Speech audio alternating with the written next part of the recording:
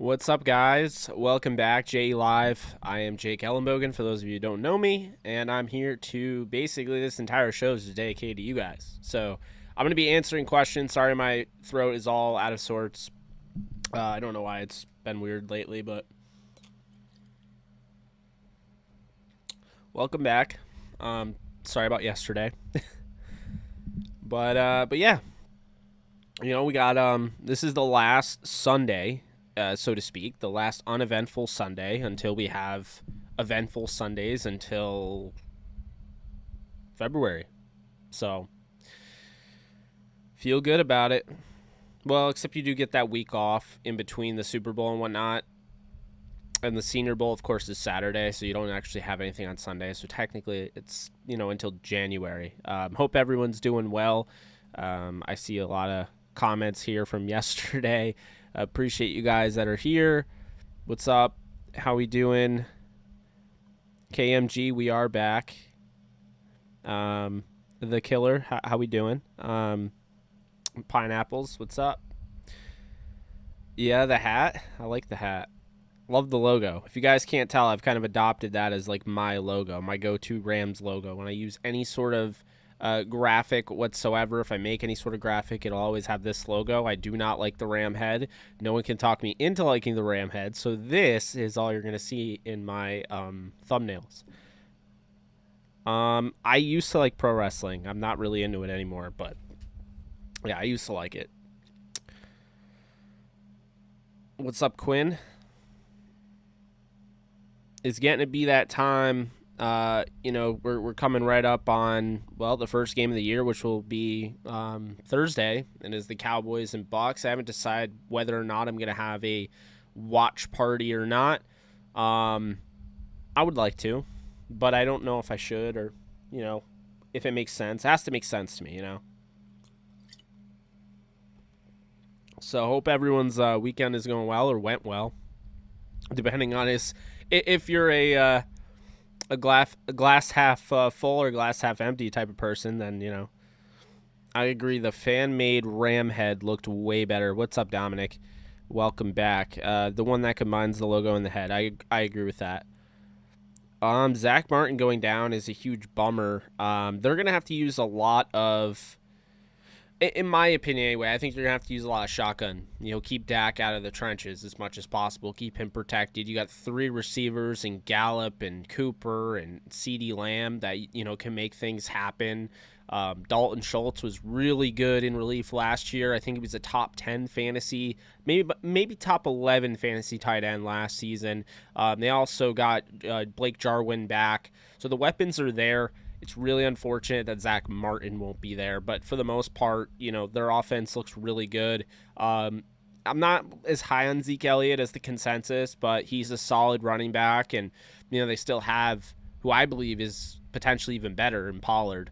So we'll see, you know, and for people saying, you know, and there's a lot of people out there that are saying, well, like, the Cowboys don't have a defense, and I'm like, that game is going to be a shootout or it's going to be a blowout. It's either going to be a blowout for Tampa or it's going to be a shootout. I can't imagine it'll be a blowout because you have Dak. You know, Dak was on pace to throw for over 6,000 yards last year. So I'd find it very hard to believe that it ends up being a blowout. But we'll see. What am I sipping on? We do not have any sort of we do not have a soft drink today. Was feeling Blue Moon, so there it is. I always dig in the Blue Moon. I don't drink much, but it was all I had in my fridge. Yes, I did see Fear Street Part 3 and thought it was the best one of the 3. If you guys are horror fans and you have not seen the Fear Street series, go watch it. The first one, I'm not going to lie, was very underwhelming for me, but you got to stick with it. They were all filmed in unison. And I was honestly really blown away by the conclusion of it. I thought 2 got really good, and then 3 just took it to a whole other level, personally. But, you know. Yeah, I don't see the Bucs guarding that wide receiver core. That secondary is good, but it's not good enough to guard those guys. No, it's going to be ridiculously tough to guard those guys. Ridiculously tough. I mean, they are so deep. They have guys like Simi Fehoko and Noah Brown probably won't play, but they'll have Cedric Wilson. And like I said, the tight ends that you can't sleep on. Regardless if they roll with Jarwin or Schultz as the go-to, the other guy's pretty good too. So, they've done a nice job filling out weapons for Dak Prescott, and they have to feel good about that. Should I start OBJ or Henderson in flex in fantasy? 1 second. I will get you the answer on that. Let me see here. Who is Odell playing? That's the first. I got to make sure. I know who Henderson's playing. I know Henderson against the Bears. Bears do have a solid defense, can stop the run. Well, on paper, we haven't seen them play yet, but I got to see who the Browns are playing. So let's see here. The Browns are playing the Chiefs. Okay. I like that game to kind of go back and forth. I have the Chiefs winning. The over-under is 53. And if the Browns are going to be scoring points to keep up with the Chiefs, Odell's going to have to get involved. So that's really tough as your flex. I always say this, and this isn't like, so to speak, the pro way to handle this, Quinn. But what I will say is if you are a Rams fan or you're a Browns fan, either way, if it's that close, I would go with whatever team. So, like, for instance, if I'm, like, picking between the two and one guy's DK Metcalf and the other guy plays for my team, I'm probably picking the guy that plays for my team, because the other guy plays for Seattle. I know it's, like I said, it's not the professional way, but if you're that, like, you literally are that, you're splitting hairs, that'll be the way to do it. That's a really tough one there. They're about the same ADP. I've been seeing Darrell Henderson go a little bit before Odell, but, that they're around the same. I could definitely see the Browns having a day, but I think Hendo could really have himself a day against the Bears. I'm going to say this. I love Henderson. I'm going to say Odell against the Chiefs. I don't love their secondary. L'Jarius Sneed is fun. I think he's a really good corner. Aside from that, I'm not a big fan of, like, Daniel Sorensen, last time I checked, is probably going to start for them at safety still, and he's just horrible. So, I don't know. I think they're susceptible to getting beat over the top, and Odell is ready. I mean, if we're going to see anything out of Odell this year, it's going to come in week 1. Coming back off that injury, a statement game, wouldn't be surprised. I'll say Odell over Hendo in the first game of the season as a flex. But I don't think you can go wrong with either. Dak throwing junk yards, he might, but I think for the most part, Dak is going to be in that game and going to have to carry the Cowboys if so. Yeah, well, Blue Moon's great, so. Why did Jordan Fuller fall into the 6th round of the draft? Julio, I cannot tell you. I really don't know. I was not a fan of him coming out. I'll be honest with you. I think really what it comes down to is the intangibles are what the Rams love so much about him. The scouting department loves so much about him. But when I looked at the film, was not overly impressed. Felt like he was really slow. His reaction quickness was he was just off. And he was somebody that was more of a special teamer. I felt like they drafted a special teamer in the 6th round, and so I was kind of like, I don't know, guys. I'm not really a fan. And then he made me look silly. So, I mean, this is not the first time. I may get quarterbacks left and right. I mean, if you think about it, Lamar Jackson, and I mean, I don't know if I want to take credit for Kyler. A lot of people had him as QB1, but Lamar Jackson, Patrick Mahomes, Kyler. I know my quarterbacks, but I gotta say, safeties, I'm really hit or miss. I can hit on a Jesse Bates, and I can miss on a John Johnson. It's the way it is. It's kind of, but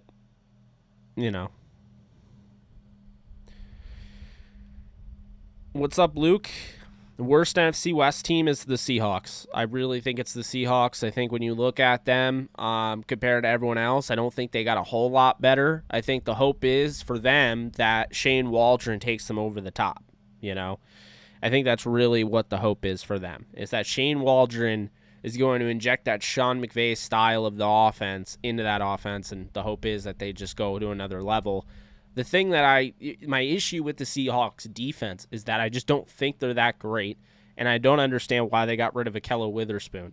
I feel like their secondary is definitely thin, and I think trading Akello Witherspoon to have a guy like Trey Flowers start is just not a good.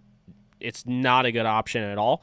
So I'm really not sure what they're doing there. Plus, I mean, I don't really know what Seattle's trying to do. I don't know how Seattle can go into this year thinking that they are a favorite. You know, I mean, I know they won the division last year, but that didn't really matter because the Rams ended up going to their house and punching them in the mouth. So the thing is, Seattle got lucky because essentially what ended up happening is that, you know, they won early on. They played some easy teams. They padded Russell Wilson's stats. They had the whole let Russ cook type of deal. And then after that, you know, they started to fall back down to earth. And they had to get better on defense. And they did. They went out and they acquired Dunlap. And Dunlap helped them for the most part. But let's call it like it is. Seattle didn't end up doing anything. So I don't know why we make such a big deal about them. Have they gotten to the divisional round? What was it the other day? Someone in the stream pointed out they haven't gotten to the divisional round in like 6 years or 7 years or whatever. Like, it's crazy. Past the divisional round? That's probably what it was.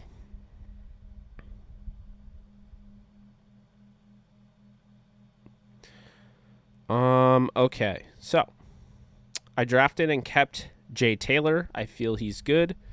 Yeah, I love Jonathan Taylor. One of the best, you know, running back prospects that I've scouted. And he's somebody that obviously had a lot of production last year. I expect him to have, you know, around that 260 to 280 carry mark. I think he'll go potentially over 300 touches. So he's definitely a player that you'd want. I haven't been picking him a lot for some reason. I don't know. He just doesn't fall into my lap or what have you. But I think I've been just so stuck on when I have an opportunity to make it happen, I'm always taking Najee Harris and I'm always taking Saquon Barkley. If I can't get Barkley, then I take Harris. If I can't take either, I take Antonio Gibson. If I can't take those two, then I change my whole approach.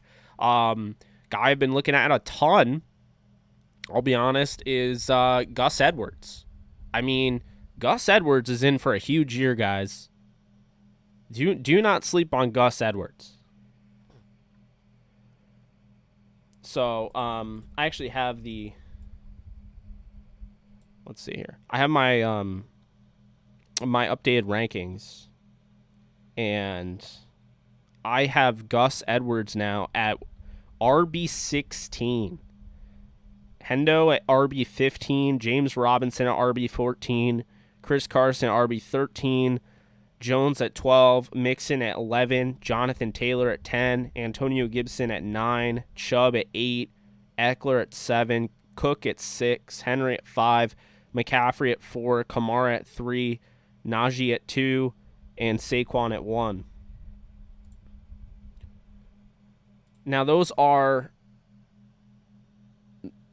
my my rankings based on if I was doing a PPR, a half-point PPR. They're underdog fantasy rankings. So it's half-point PPR, and if I was doing, like for quarterbacks, for instance, it's 6 points for touchdowns. I know a lot of people do the standard scoring with 4 points. I'm not really a fan of it, but it is what it is. Okay, let's go back here. The stream is not frozen. Yeah, you might... Rams agreed. Oh, you're playing us on that. I see. Let's go. I fixed it. Jake, what's your score prediction for next Sunday? Right now I have 38-10 Rams. The killer has 37-10, so we were right there. You really a Niners fan or you're trolling? No, he's trolling. Just coming in. My fantasy draft starts in an hour. Just sucks we couldn't get the underdog fantasy draft going. Stupid Arizona law. Yeah, I know. I was really upset about that, actually. God, because that would have been so cool. Guys, make sure, if you haven't already, to join our $0.00 costing Discord. It is free, and you'll love it. I don't know what else to say. We're trying to get to 400 people, so help us get to 400 people by the end of this week, before the Rams game, that preferably. So let's everyone join that, and smash the like if you can. Okay, so 56-3 Rams versus Bears. I don't think that's going to happen. Thoughts on KJ Wright? KJ Wright is now a Raider. He is off the market. I think he's a solid linebacker, but I think he got a little overrated. Well, I'll just say that. He played next to Bobby Wagner for the majority of his career, pretty much his entire career. So I think you take it like it is. He played he played next to an elite player, and he had success, but I don't think he's like a guy that can come in and change your culture, so to speak. Rams beat the Bears 42-10. Yeah, I knew you were trolling. I met Todd Gurley on Friday because he visited my high school football program. It was crazy. Oh, that's awesome, Quinn. Was he nice? How was he? I've met Todd before. He's a pretty nice guy when I met him. I've heard mixed stories, but I'd always side with, my experience is always what I'm going to give him the benefit of the doubt of. So.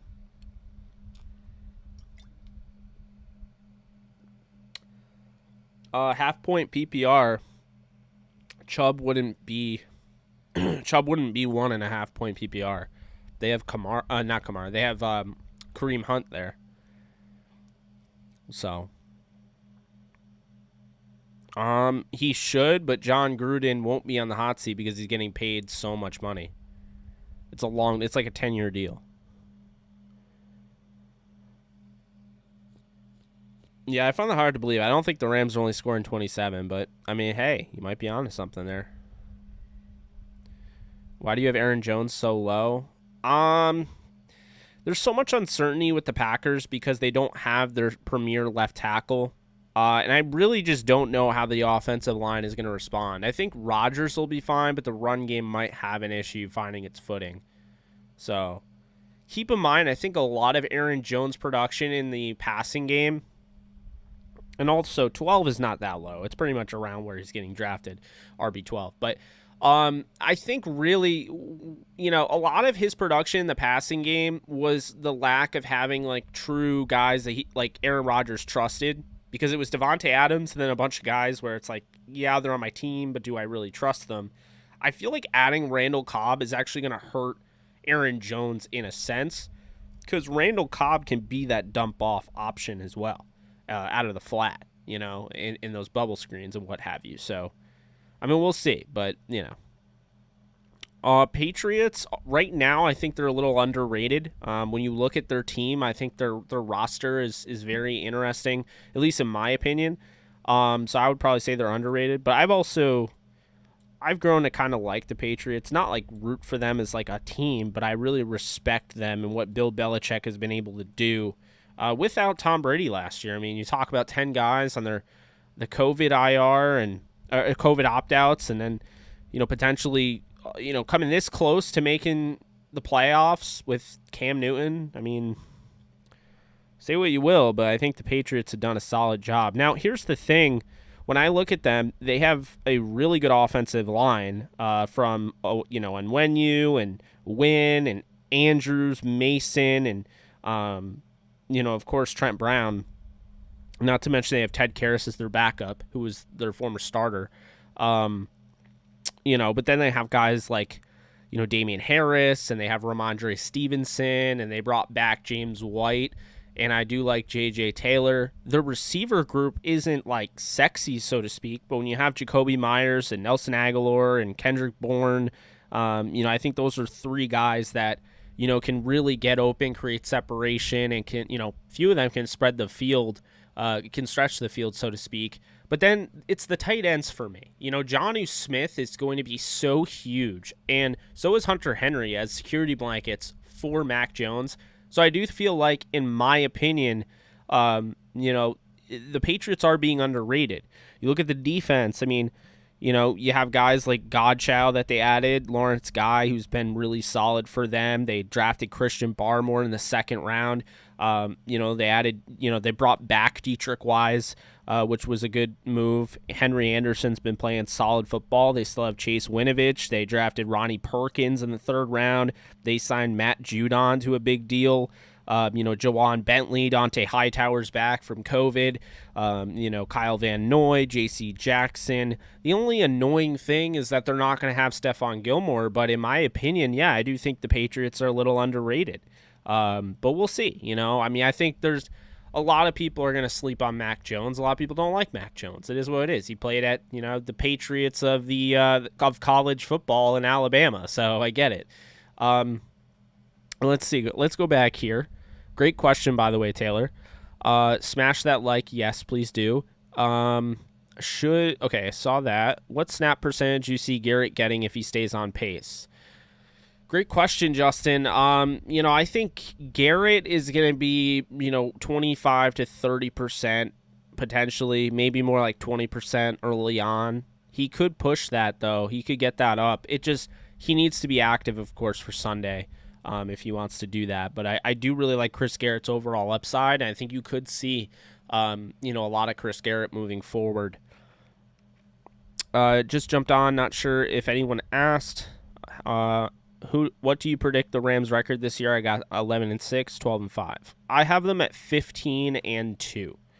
So bold, yes, but this is the best Rams roster they have had since the greatest show on turf. No one can tell me otherwise. I know they don't have Todd Gurley. I understand that. They don't have prime Todd Gurley, and that's the one thing where if they had prime Todd Gurley with this offense, I think they might be going 17-0. But, they don't. They have a really good run game, though, I think, with Hendo and Sony Michel and, Jake Funk.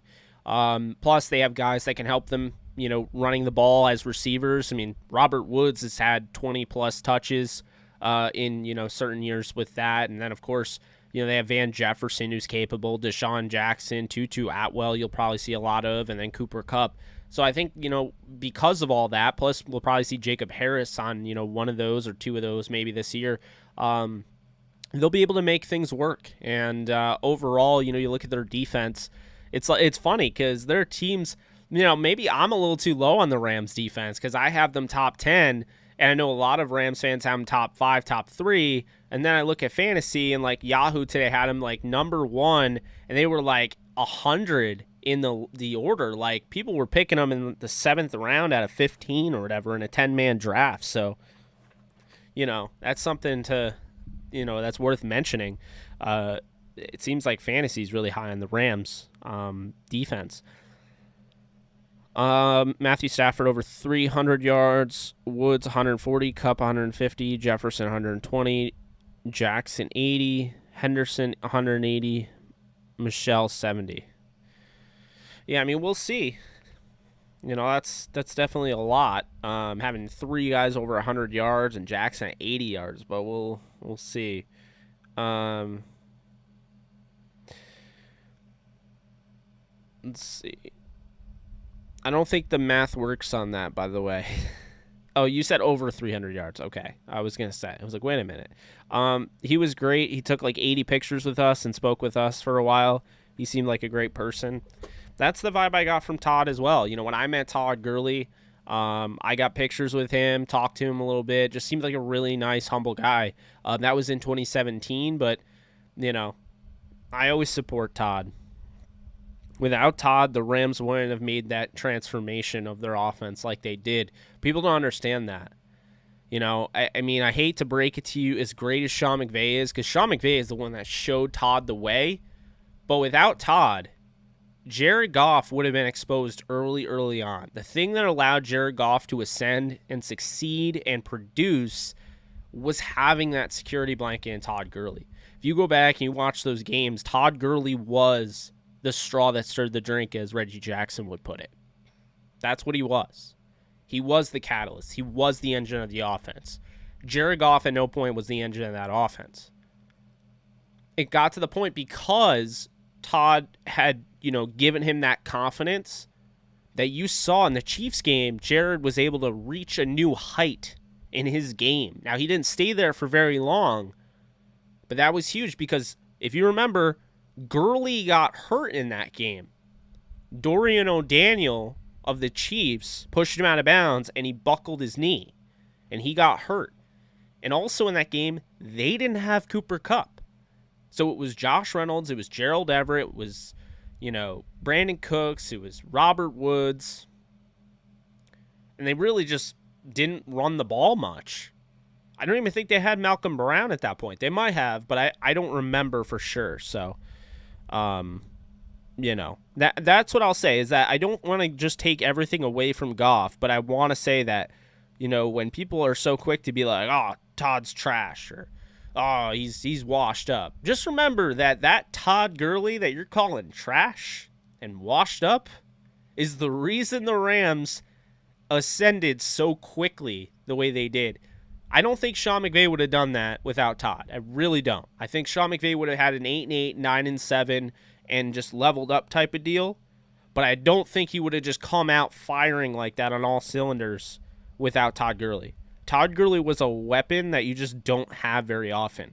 He was so dominant in that timeline. It's just crazy. When you really think about it, it's just absolutely crazy. So, that's why I got to always give Todd my respect. Or his respect, so to speak. Okay. Luke playing Madden on rookie. Jacoby Myers fantasy sleeper. That's an interesting one. I haven't drafted him this year. I've drafted him a lot in the past, but I did not draft him this year. Interesting, you say the Patriots are underrated. A lot of TV analysts have been giving them some love recently. Saw some predictions, 10 games plus. Oh, wow, I have not seen that. So, yeah, I mean, 10 might be a little... I think 9 and 8, 10 and 7 is probably like their... I don't want to say their ceiling. It's probably their floor. I mean, their ceiling's higher than that. I mean, let's look. I mean, their defense is awesome. They have Bill Belichick. They have a system that works. They have a running game. Damian Harris is going over 1,000 yards. If Mac Jones just plays to his strengths, this team can win 12, 13 games. We'll see, but, I don't know what the Brady fans are going to do if that happens. Ooh. Oh, man, that's going to be bad. That is going to be bad. If Bill Belichick leads the Patriots to a 13-win season with a rookie quarterback, then that argument that Brady made Belichick is really going to go out the window quickly. We'll just say that. That is going to go out the window. Bye-bye. We'll never see you again. Goodbye. Yeah. I kind of hope that happens now. Anyway. Let's see. Garrett will hopefully be a beast. I think he's going to. Jake in full PPR, Woods or Kupp.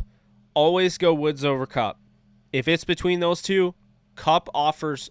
obviously, I think Kupp is a little bit of a better option for the deep ball, a guy that can go up and pluck the ball out of the air. He's taller. Woods wins in every other category, and it is really close. But Woods has the respect and the trust of the coaching staff, mainly Sean McVay, to carry the football. And that's what's really important here.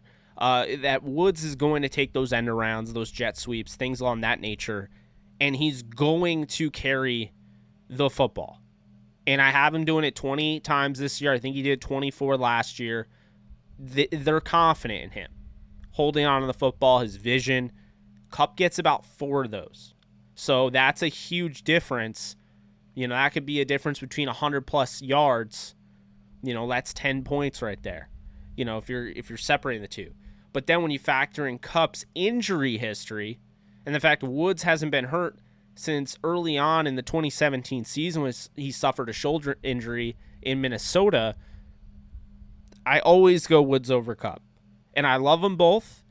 It's a tick, but Woods is a better player than Kupp by a tick.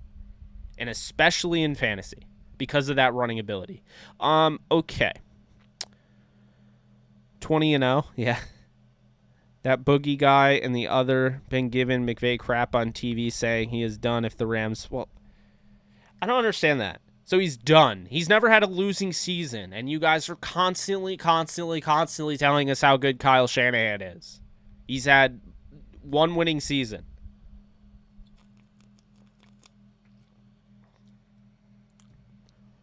I can't. I mean, look, I've said it. I think Kyle Shanahan's a good coach. But it's this crap that I constantly see where I'm like, the double standard is ridiculous. It is absolutely ridiculous. If people are actually saying that Sean McVay is on the hot seat, I don't know what to tell you. because he's not. Stafford will get the running game. Don't you worry. We have a chance against the Niners. People taking us light in that game. Detroit. Detroit's playing the Niners week 1?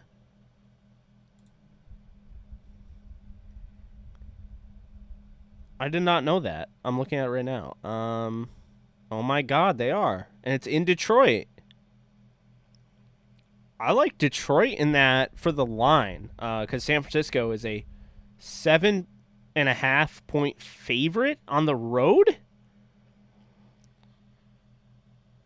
What?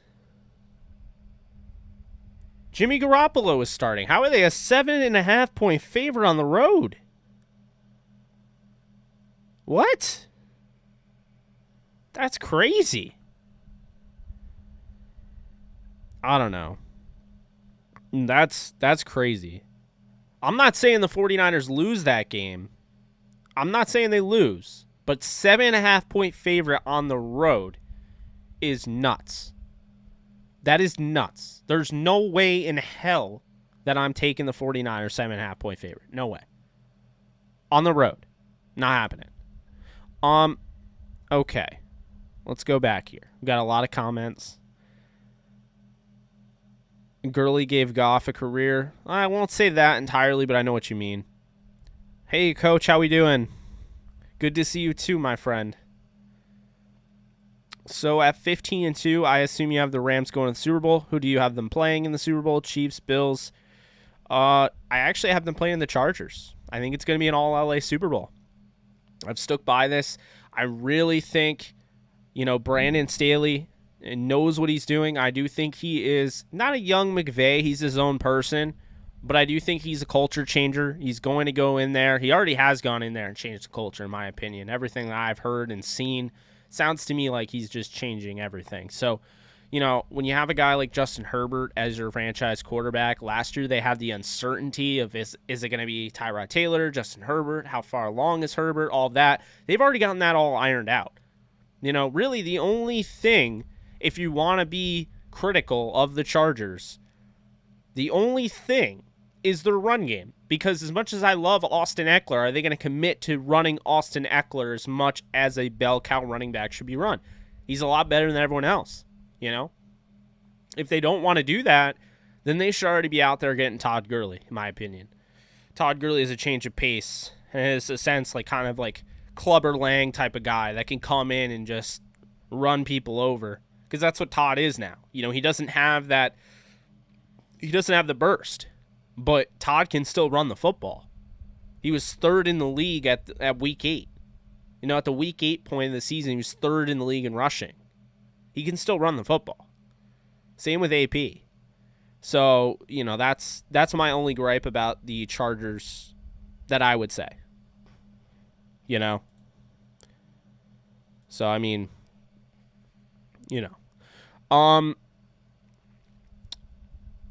What's up, Nolan? How we doing? I never understand these people. Stan Kroenke kept Fisher after 4 years of losing football. McVay has yet to have a losing season, a 3 playoff visit, and a Super Bowl appearance. No, I agree. Yeah, no TG slander. None of it. None of it. No TG slander. We don't want none of that.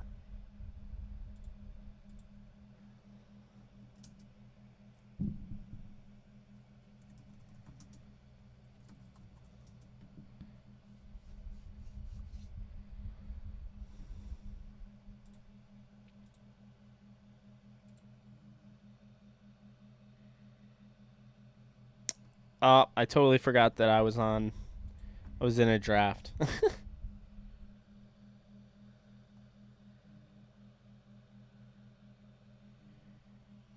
It's like a 16-team draft. And I took Derrick Henry, apparently, on auto pick. Oh, well. Let's see. If TG had a career as long as Emmett, he would be the leading rusher of all time. Oh, without a doubt. I mean, if Todd Gurley didn't get hurt, you would be looking at one of the greatest rushers ever. I think he really had a chance.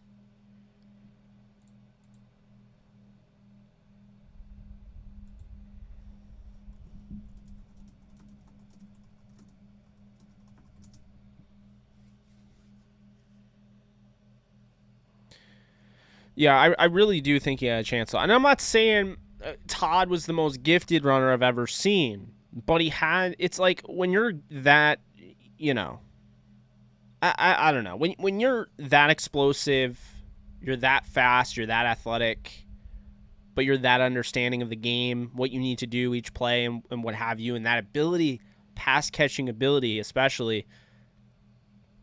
He could have been up there.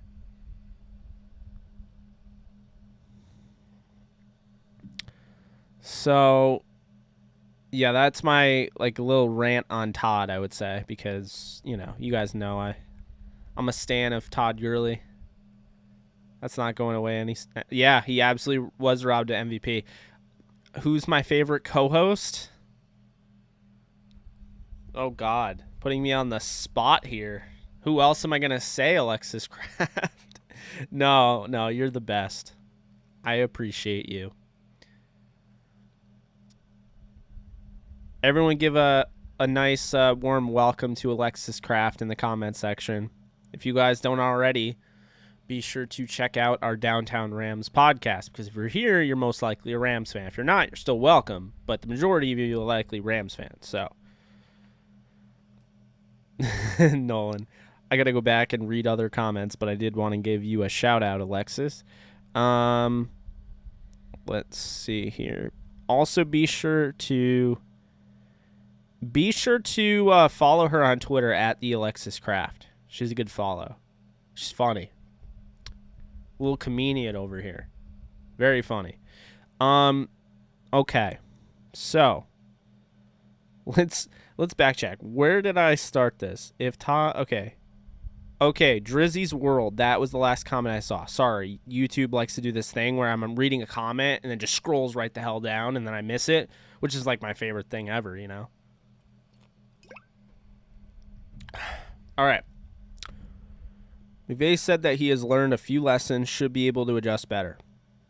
Yeah, I think, well, that's another thing. McVay has learned each and every year. He learned in the Falcons game what he did wrong. And so then he basically applied everything he learned in the Falcons game in 2017, that playoff loss that had to sting. They came back, they fixed it, they got ready for 2018, and they went to the Super Bowl, you know? And then unfortunately, Goff wasn't willing to meet him on that plateau, and so they weren't able to get to the next level, which is winning a Super Bowl, and that's why they brought in Stafford, which it was really funny because Carson Palmer was saying, yeah, I don't really know why they made a trade for a similar quarterback, as if Matthew Stafford and Jared Goff are the same quarterback. Did you guys see that? What are we doing here? Like, what are we doing here, folks? Jared Goff and Matthew Stafford being the same quarterback. It gets even worse. I forget who showed me that, but I kept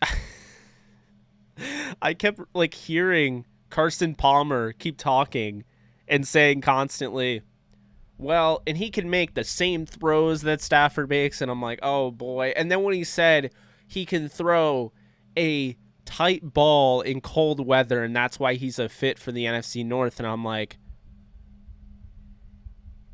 he didn't just what? A tight ball? Have you ever seen Jared Goff throw a tight spiral? I know. Like, what? Like, come on now. And again, it's not to hate on Jared Goff. I'm just dropping facts. That's not at all true. You can say anything you want about Jared Goff. He does not throw a tight ball. That's not true at all. That thing wobbles like crazy, side to side. Division champs predictions. Oh, Lord. All right. Let's see what we can do here. Okay, AFC East, I'm going to say the Bills, but I do think to watch out for the Patriots. I do think if Mac Jones can just play within his strengths, they have a defense that's very talented. They have a great offensive line, and they have some weapons that's going to help them out, especially that run game with Damian Harris. And I'm really interested to see Ramondre Stevenson. So watch out for the Patriots, but I'm going to say Bills. There's just too much there. They have a really nice team overall. AFC North, I'm going to say the Pittsburgh Steelers. I've changed my opinion on this. I said the Browns for a while. I said the Ravens for a while. But I think the Pittsburgh Steelers, when you look at what Ben Roethlisberger can do, obviously you saw it, in the last game. He threw over 500 yards, albeit, there were a bunch of interceptions, but he kept them in that game. They had a historically horrible run game. Now he comes back. He's got Najee Harris, no longer Randy Fichtner as his offensive coordinator. Instead, he's got, former Maryland offensive mind, Matt Canada. I think he's going to be huge. I think the defense gets better this year because they added Melvin Ingram in, free agency, who basically the biggest issue with Melvin Ingram is that, look, Ingram can't stay healthy. So playing him 17 games is not conducive to winning football. So by having Ingram essentially, playing, as like a rotational guy, I think that's going to keep him healthy. They have, their third-round pick and Alex Highsmith, who I really like.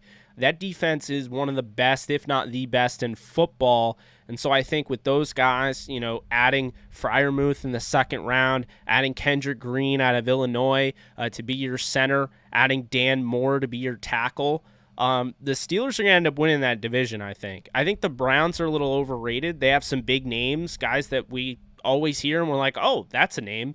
Like Malik Jackson, for instance, like Jadeveon Clowney, but it's more so a what have you done for me lately type of league, and they really haven't done anything for me lately to really say, wow, okay, those are some good names.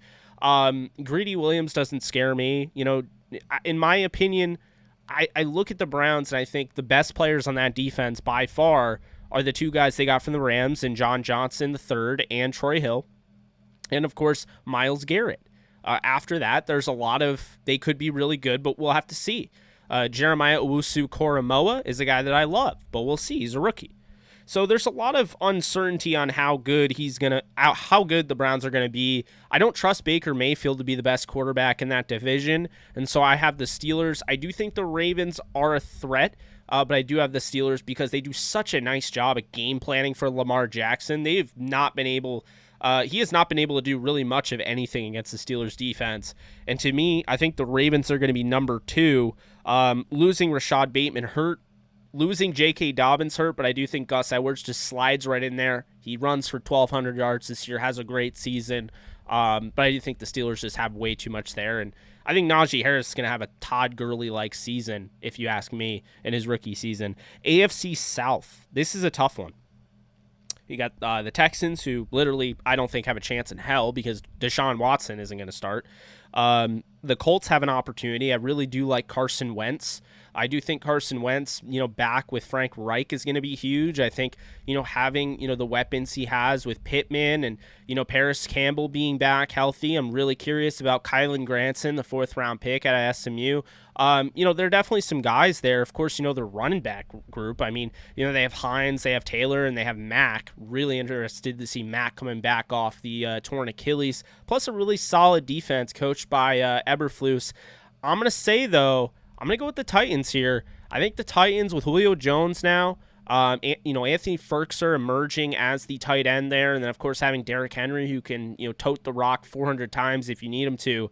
That defense is going to get better. It's a defensive-minded coach. He really felt, I know this because, you're talking about an offensive-minded coach in Sean McVay last year. That offense was not where he needed it to be last year, and that's what forced him to make that move for Stafford. So when you look at that, I think it's going to be the same thing with Vrabel. This is a defensive-minded guy. They didn't stand up to the hype, and so I think their defense will be back to being, very solid all around, and I think that offense is going to be clicking like crazy, especially with Julio as their number 2 receiver with A.J. Brown. So I'm going to say the Titans here. And I love Ryan Tannehill's, sense of, consistency, so I'm going to stick with them. Even though they lost Arthur Smith, I don't think Arthur Smith was lost in them in that offense, so I'm going to stick with them. AFC West, I've said this before. I have the Chiefs winning the division, but I have the Chargers as they get more inclined. They're going to be tougher and tougher, each game, I think.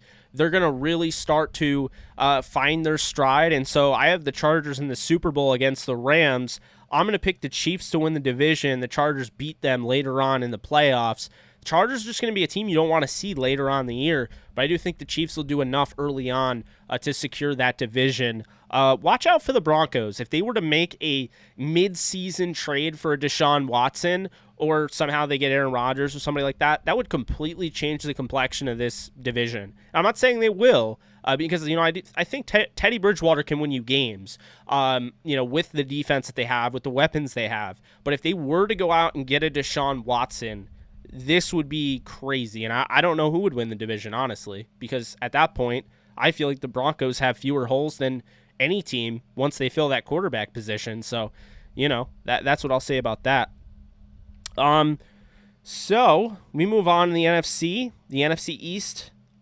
I've been saying Giants. Do I stick with the Giants? Where do I go here? It's tough. I think the Cowboys are obviously interesting. It's really going to depend on how well, they come out.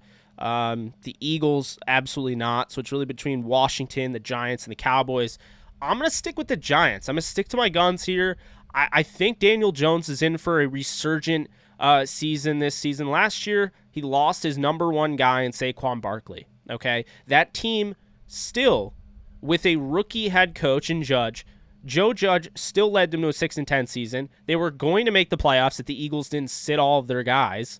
Realistically, the Giants came into the playoffs last year without Saquon Barkley. Now it's like Saquon Barkley's like a new player because you didn't have him last year. So you have Barkley. The hope is you add Bredesen. You've added some guys to help that offensive line. You added Billy Price. The hope is that the offensive line's a little bit better. If it's just a little bit better, I think that they can win games. And when I look at Patrick Graham's defense, very feisty. People made fun of Sean McVay saying this is one of the hardest teams I've ever had to scheme against. And then all of a sudden, the Rams played the Giants at home, and they really had a hard time moving the football. It goes to show you Patrick Graham knows what he's doing. And a lot of that is because of some of the guys they have, like Bradbury, who they brought over in free agency, was originally with the Carolina Panthers. James Bradbury is legit out of Samford. So they've been able to do a lot of that because of him. They added Adoree Jackson in the offseason.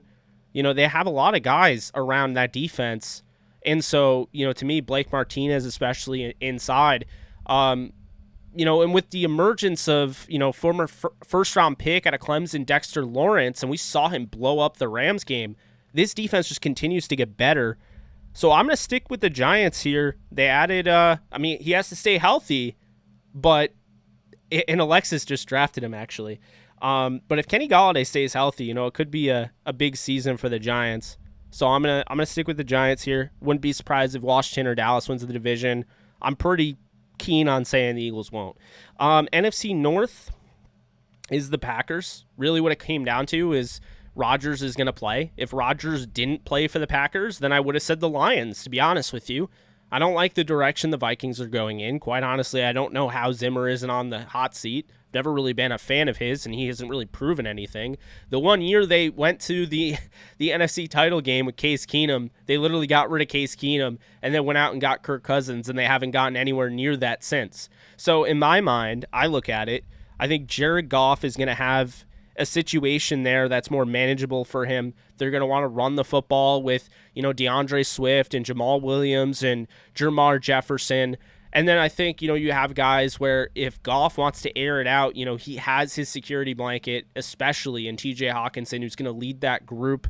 They went out and they got guys in free agency, especially Tyrell Williams, a former 1,000-yard receiver in his own right, missed last season due to a COVID opt-out, got Kadero Hodge, got Trinity Benson, during the cut-down days.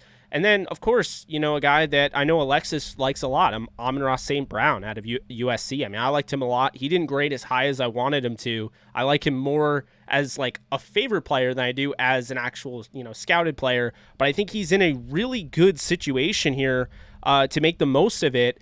And so, I think if they could protect Jared Goff, which it looks like they can, that offensive line looks really good all of a sudden.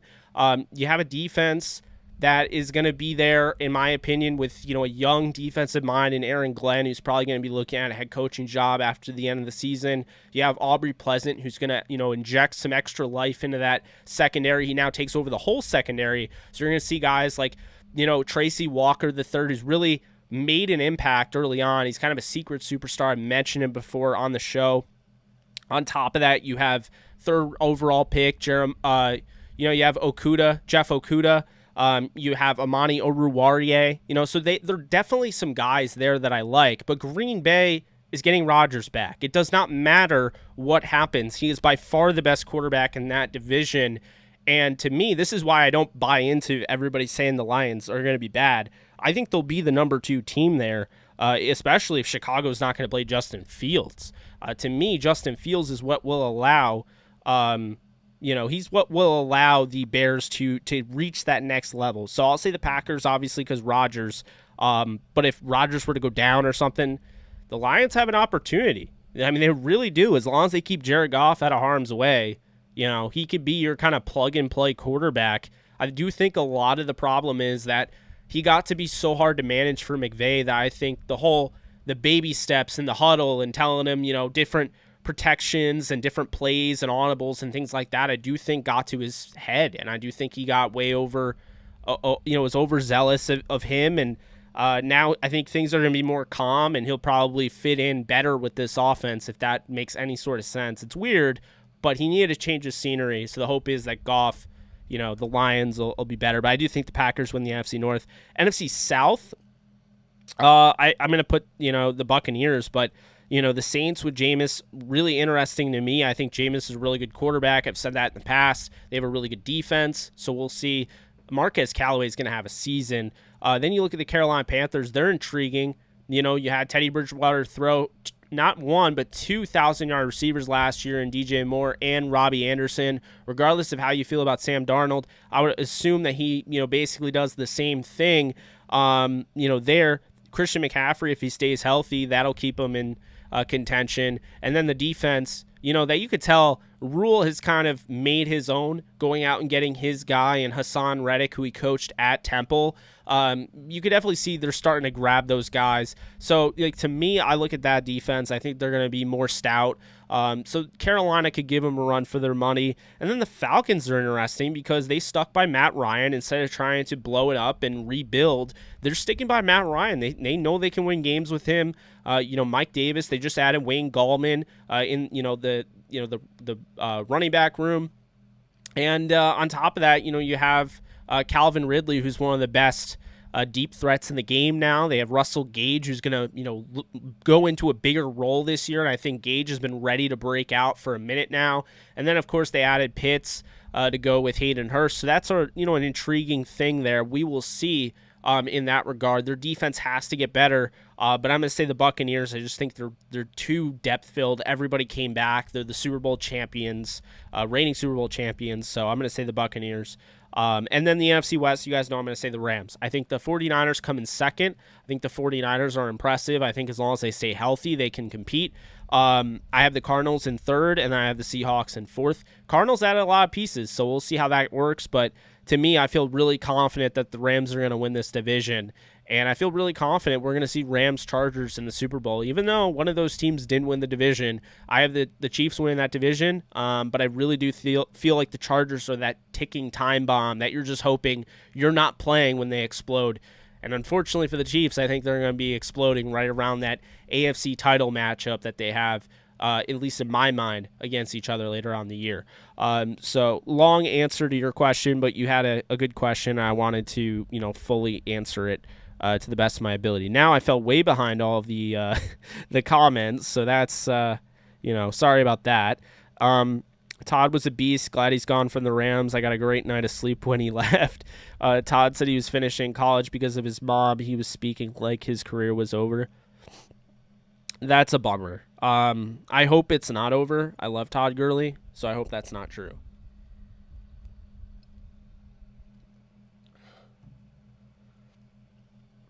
Okay. Tutu might steal some sweeps if he gets better with his vision. That's true.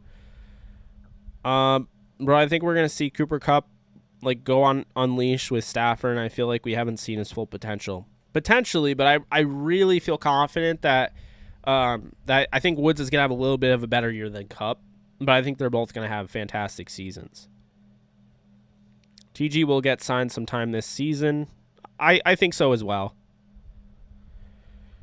Our defense will kill them. Home dogs getting 7+ has historically been a good bet without any other analysis. Yeah. Context matters. Can't go wrong with either McVay or Shanahan. Shanahan inherited a lesser quality roster. Last year, his team was decimated by injuries. He did take the team to the Super Bowl. He's good too. It's true, but you also can't be like Sean McVay's on the hot seat, who's never had a losing season, but then act like Shanahan's clearly better, who's had multiple losing seasons. That's my point. I feel great. Goff will take the Lions far. He is underrated. It was Jets and 49ers game that day. I was done with Goff.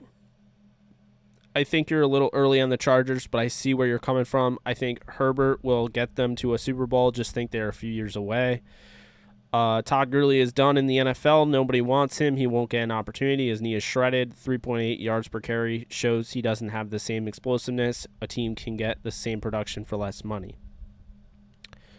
He's going to be cheap, man. I think that's the thing, is that we're all sold on how big his name is, but he's going to be cheap. He's going to be a backup or a third stringer. I don't think like he's done. You could still find a team that would want him. It's going to be both quarterbacks in San Fran. Detroit will have to stop our run game, and their O-line sucks, Jake. The Lions O-line?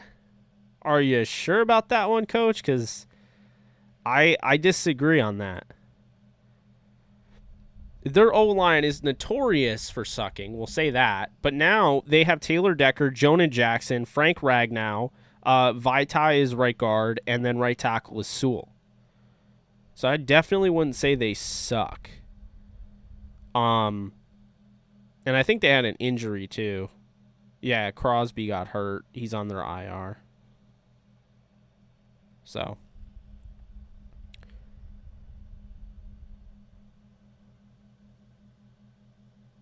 let's see. I was pretty surprised Bobby Evans made the 53. I just don't even... I don't know. Mods in the Ramley. Forgot you were in a draft. Classic. Auto pick. Here we go.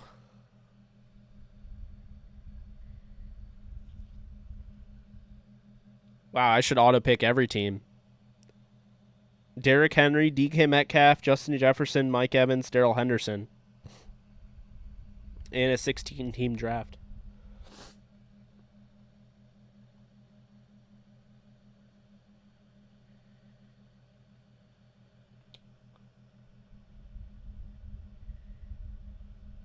I might want to go quarterback next.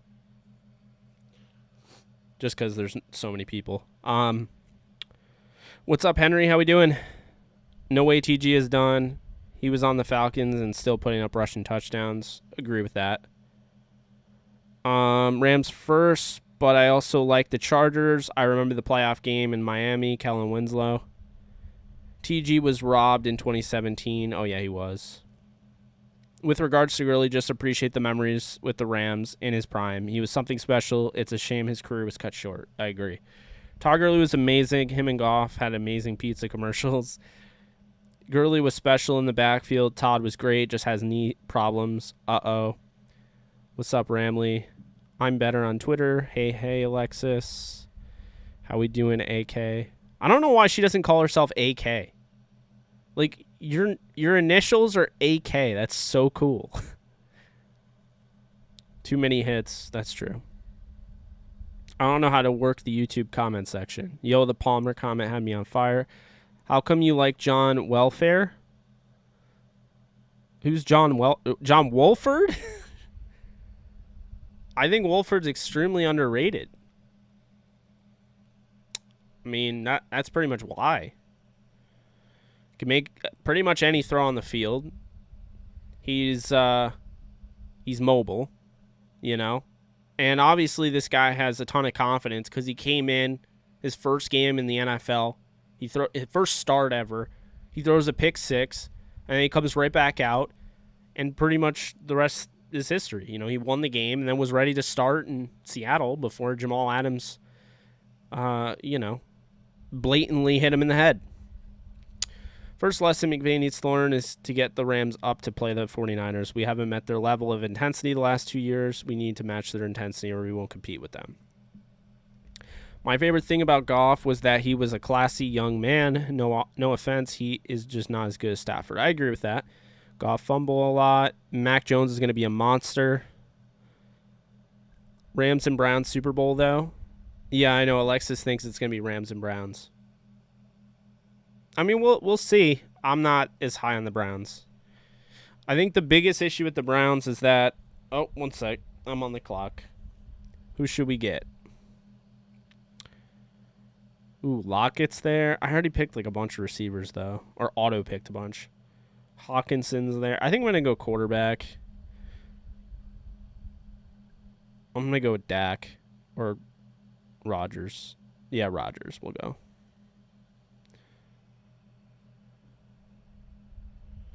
All right, we got Aaron Rodgers. That's not bad. Okay. He played the position and can't see the difference in abilities between JG and Stafford. Palmer spent more time hurt than playing. Goff threw a tight spiral when he threw off his front foot, i.e. not very often. How many games are you attending in person this season, Jake? Eventually you should attend all 17 games. Oh, you're putting a lot of pressure on me there. No, I'm only attending 2, and one is a Rams game and one's a Steelers-Broncos game. So, you know, just a lot going on. Unemployed at the moment. You know, family stuff. As you guys know, my grandpa has brain cancer. My aunt has breast cancer. I just want to be, you know, available, you know, in case, like, we're all getting together for a family reunion. Like, I don't know when that's going to happen, so, you know, I can't commit to any dates, unfortunately. I know I keep getting asked. Like, people even have offered to buy me tickets. They have offered me their tickets. It's tough. I don't think I'm going to be able to make it out to LA this year, but who knows? Stranger things have happened, right? Nope, got another pick here. So we got Rodgers. I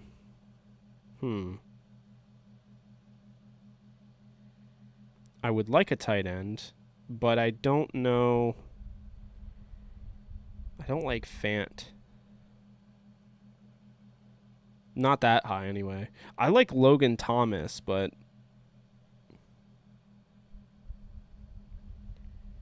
there's, like, not really anybody I want.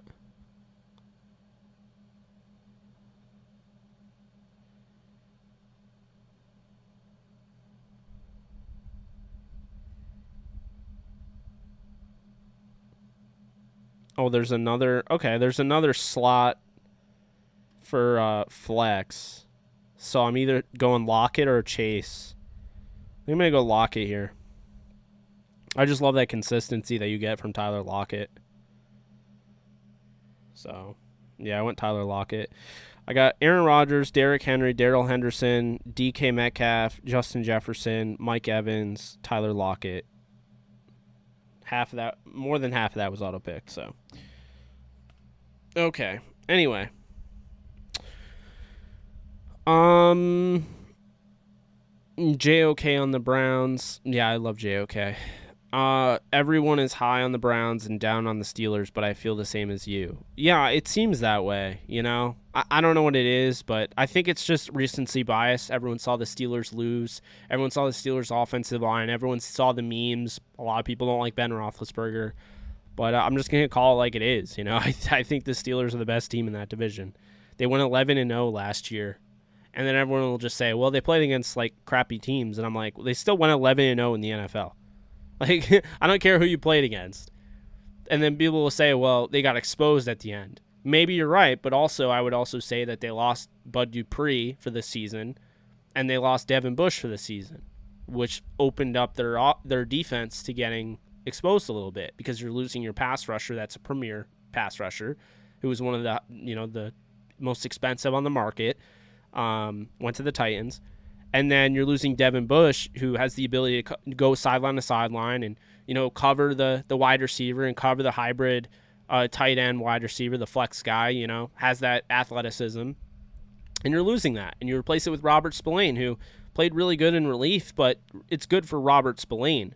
Robert Spillane is not Devin Bush. That's thing that gets kind of, lost in that regard. So that's the best way I can put that. Okay. So let's see. What's up, Rams House? How we doing? Love the Rams and you, Jake, but can't get down with the logo on the hat. Wish they would drop it. I understand. I really like the logo. I don't like the Ram head, but I really do like the LA logo. I think it works. I like that they kind of do the folded A, like it's like an arc type of deal with the A. I don't know. I like it. It definitely grew on me. I didn't like it at first. Okay. I think AFC West is a 3-team race up for grabs. Chiefs, Chargers, and Raiders. The Broncos quarterback play is going to keep them a tick down. Oh, you're high on the Raiders then, Renee. That's interesting. Yeah, hit that thumbs up if you can. We're at 54 if we can get that up.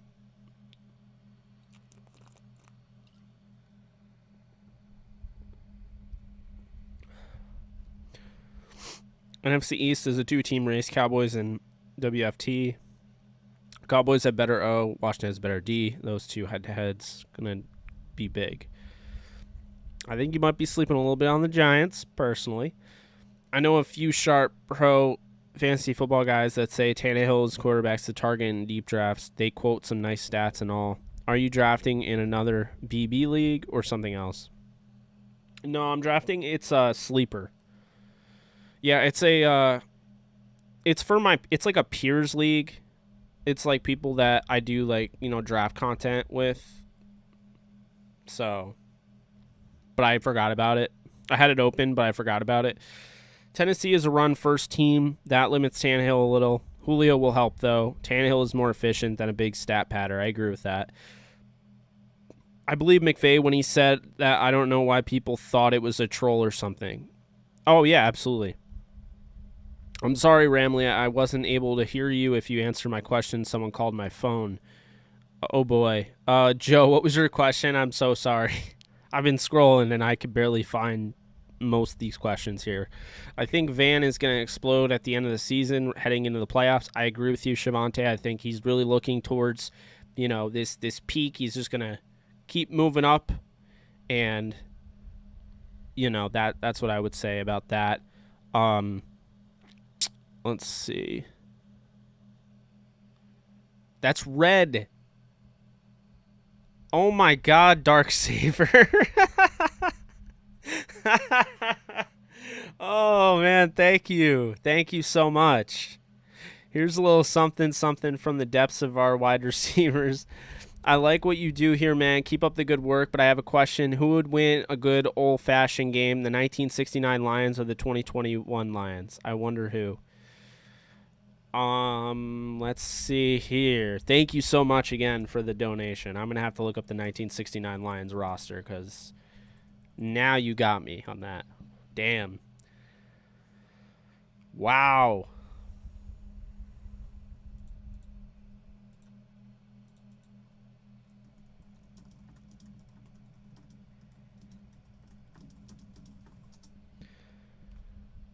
Let's see. Oof. So that 1969 Lions roster was 9-4-1, second in the NFL Central Division. Bill Munson was the quarterback. Mel Farr running back. Okay. They had Charlie Sanders, former All-Pro, and Lem Barney in the back end, with Dick LeBeau. So Dick LeBeau and Alex Karras. All right. I'm going to go with the 1969 Detroit Lions. I think that they would force Goff into a ton of turnovers. Dick LeBeau and Lem Barney had 14 interceptions in 1969. So I think that they would pick all over him. I think they would make him really susceptible to getting beat, and I think that's how that would go. To answer your question, the Darksaber, really do appreciate you donating a hundo there. That's freaking awesome. I was not expecting that. I saw the red come up. I've never seen anyone donate red before. because the color coding for the, how much is donated, like, I don't know it for sure, but I know that red is different. And I was like, oh my God, what is that? But to answer your question, the 1969 Detroit Lions, I think, beat the 2021 Detroit Lions. Chuck Knox actually was a notable assistant on that team, offensive line coach. But yeah, I would say Lem Barney, Dick LeBeau, they just had so many interceptions in the back end of that secondary. I just think they would bait Goff into making some poor decisions. And I do think that, Bill Munson would struggle. He was the 7th overall pick by the Rams in 1964, but I think he would struggle. So, but yeah, that's what I would say in that regard. Wow. Damn, that's cool. That really is. I really do appreciate that. That's just really cool. All right, where are we at? Hit that thumbs up. Yes, please hit the thumbs up if you can.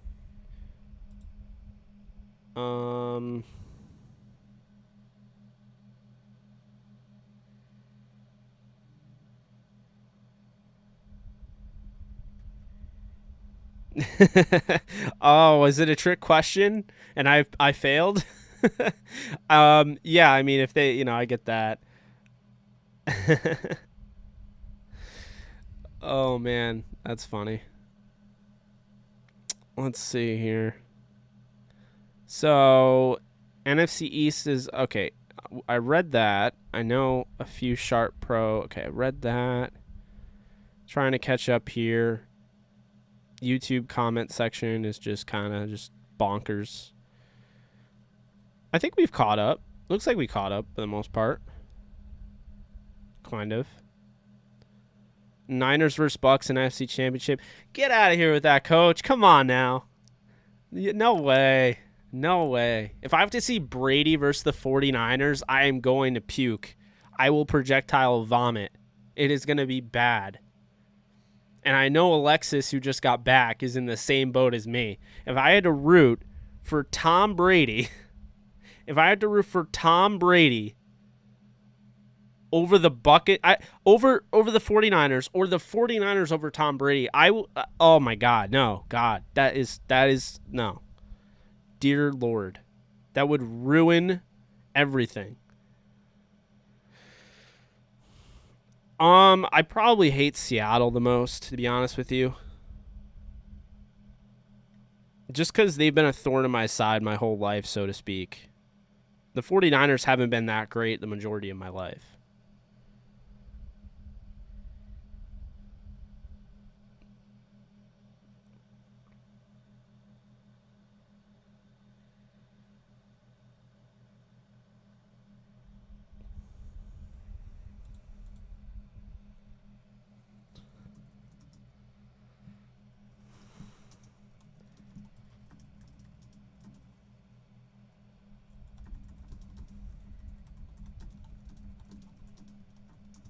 I did get your text. All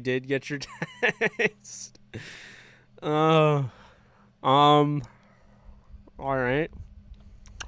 On that note, dear Lord. Okay. Where are we at? We really most Nick Mullen. We lost to Nick Mullins twice. Yeah, I know. That's upsetting. Do you think the Rams considered bringing back TG? I don't, sadly. I'd love him back, but I don't think the Rams considered it, to be honest with you.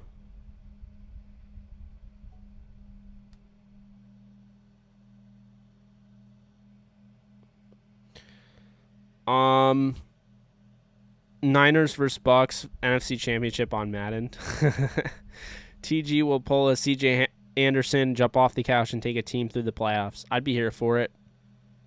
Thoughts on Matt Stafford? I love him a lot. I've been a fan of his for a long time. And to be honest with you, long before he became a Ram. 5 years ago, I had a tweet that said, all I want is Matt Stafford. Is that so much to ask? There we go. I also wanted Russell Westbrook for the Lakers. So I got my two favorite non-players on my team, and it feels great. If you can start a blind quarterback on your team, you can have a backup running back with knee issues. I don't think you're wrong.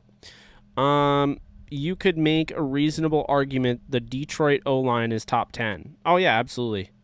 Okay, they don't suck, but we are completely healthy this year on D. D Ford is healthy. Bosa is healthy. We are coming. I see that. Thoughts on Shang-Chi? It is phenomenal. Go see it. It is 10 out of 10 rings. It's my 5th all-time MCU movie. I am not a martial arts movie fan. I think they're really tired and, overdone. And if it's not, I don't really like it at all, to be honest with you. I don't like martial arts at all. Like, I don't like any of those movies. But this movie is so much more than that and has serious implications on the history of the MCU and the future of the MCU. I could not believe how good it was. It had no business being that good. It is one of the best. It's one of the best action movies I've seen. You'll definitely enjoy it. So that's my thoughts on Shang-Chi. You're going to call her AK? Yeah, Alexis, you got to start going by AK, okay? That's like the coolest initial thing. Oh, we're on auto pick again. Who do we they gave us DJ Chark and Kenny Golladay. Crap. That's not good. Oh, we're on the clock now. I need a tight end. Oh, my guy Logan Thomas is right there. There we go. 16-team league is bizarre, but we're out here. Okay. As a poker player, love AK. Yes, you do. Thoughts on this year's Rams heading into the season? I think you're looking at a team that is going to be in the Super Bowl, and I think this team is not going to have... I've seen some analysts be like, well, it could start off a little rough early on for the Rams, but then they'll get going. I don't see that happening. I really don't. I think they're going to be ready as soon as week 1 kicks off, and I don't think there's going to be any sort of rust. I think that they're just going to be I think it's going to be similar to the Greatest Show on Turf, where you just watch them play and you're like, okay, this team's different. It's just different. They're going to be different. That's how I feel like this season's going to go.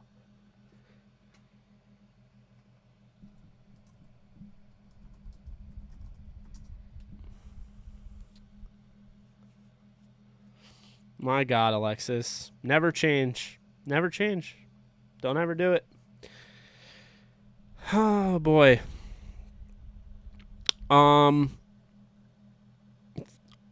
Rams QB2 on John... Rams QB2 John Welfare. That's funny.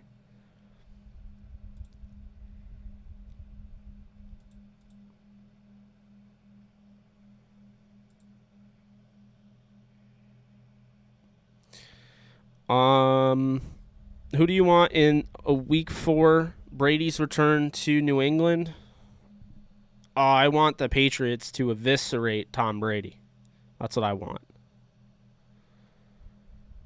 Bang, bang, lost that thing. Claypool or Juju at flex? I'm going Claypool. I really don't like Juju this year. He just doesn't do it for me. I'm sticking away from Claypool. I'm sticking away from Juju. Family first, Jake. That's the way to go. Good News Football is great on TV. You're absolutely right on that. Absolutely right. You didn't mess me up, Darksaber. It's all good. I really do appreciate you donating. That really, really helps me out. I'm trying to figure out, though, why the hell are we lagging? What the hell is this all about? Come on now.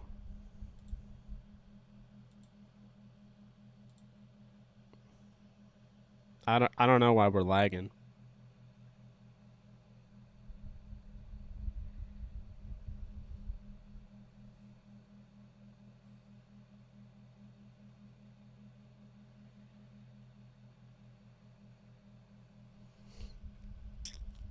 All right, there we go. I don't know why we were lagging though. Who wants pizza rolls? What's up, Aiden? Who do you hate most in the West? Oh, I answered that. It was the Seahawks. Shout out to Darksaber. Yeah, everyone go subscribe to Darksaber. I don't know if Darksaber has any content, but he definitely deserves the subscription.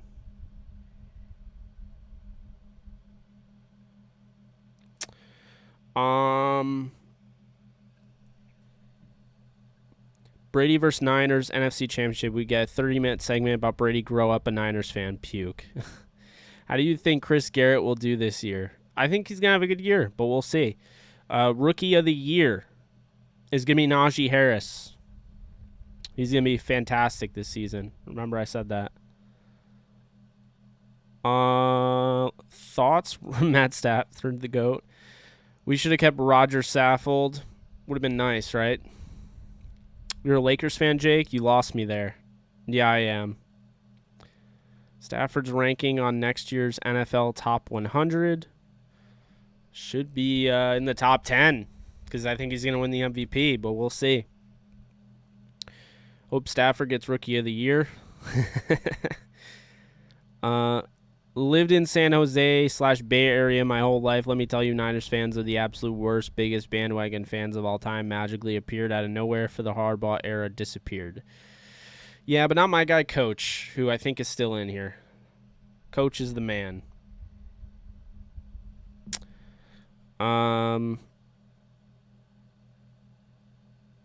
And reappeared for the Shanny Super Bowl season, claiming forever faithful and screaming bang bang Niner game drove me insane. I can't imagine. The fighting choreography was dope. Yes, it was. Y'all can't tell me that they had enough room for Jack to fit on that door in Titanic. Oh, man. Bang bang lost that thing. I'd love to see the Rams versus Chiefs. I feel like we deserve that. We should have gotten that. Never did. I hope Stafford drops like 50 on the Niners. Man, this FSU game, man. Rams versus Chiefs could repeat 2018 matchup where the Rams won 54-51. What's the difference between the modern Lions and the 1936 Lions? The 1936 Lions were good. You're funny. Will you do a watch party for Sunday? I cannot, unfortunately. I got to watch with my family, and I am having, I think I'm having 2 friends over, so I got to pass on that, but I will be doing post-game. As soon as it's over, I will do a post-game show, and I will do a pre-game show as well. So I'll keep you guys company. Don't you worry. I'm not forgetting about you. I love you. Now, watch party for opening night, Thursday night. If anyone's interested, maybe I'll do it, but I need to get some interest. That I need to know that that's what's wanted. So if I do, then maybe I'll do it. We definitely did get robbed of a Rams-Chiefs Super Bowl. Oh, God, Alexis is creeping. Let's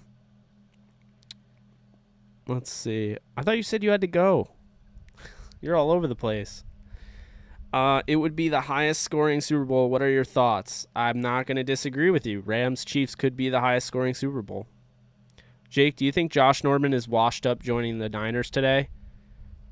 I wouldn't say washed up. He's just not himself, you know. He's older, doesn't move as well. He's not a starter. As long as you know that ahead of time when you go to sign him, you know. I think he's fine as a depth piece. I personally wouldn't want him on my team just because the Rams only kept 4 corners, and I wouldn't want him over anybody that's on the roster right now. But you know, I've always liked Norman. I met him when the Rams played Washington in 2017. I met him. Super nice guy. So I like Norman. I hope he has a good year. But personally, he's not Josh Norman that we knew him back in the day. I'll take KC versus LAR rematch in the SoFi. Yeah, that'd be nice. Sorry, late. Jake just got done watching Shang-Chi in theaters. Come on, tell me how it was. You can't just be like, yeah, I saw Shang-Chi. It's all good. It's all good. Oh, my God, Darksaber. I think the pregame stream, yes. Thank you so much. I appreciate your donations. It's been over $100 now, and it really does mean a lot. It means a ton, actually, and especially at this point because I'm unemployed. Not to say that I don't make any sort of money whatsoever, because I do have my residual income because of, you know, everything that I'm doing with YouTube, Downtown Rams, etc. But it really does help.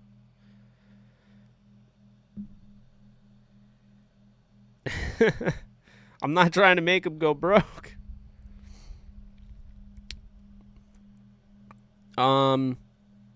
Okay, let's I hate that the media says that if the Chiefs didn't line up offsides, then they for sure beat the Rams. Yeah, that's ridiculous. That's absolutely ridiculous. I think if the Chiefs didn't line up offsides, then the Rams for sure win that Super Bowl, to be honest with you. But that's just me. We cool with Coach? Yeah, I agree.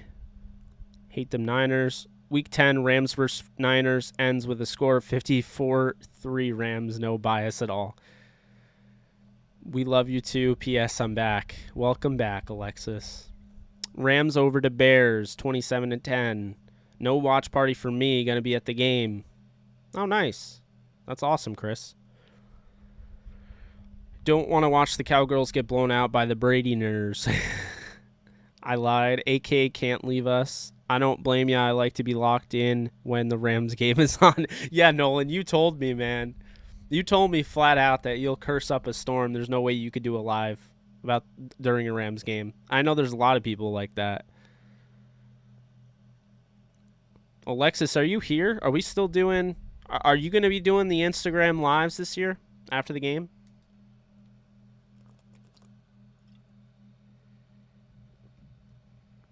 I am curious about that.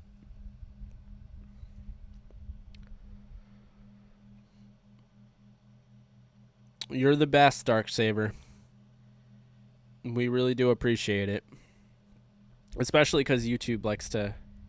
Not YouTube necessarily, but there's people that like to be snarling cowards and stalk our YouTube accounts and copyright claim videos that even don't even have their copyright video content in it. I once, if you guys don't know this, I once had a video copyright claimed with just me talking. Like, bro, you don't own me. Are you kidding me? like really? It wasn't gaming. It wasn't anything like that. I was literally just talking, and they copyright claimed the video. I was so mad. It pissed me off. I can't wait to go to SoFi. I just don't know. It's probably going to be 2022, but we'll see.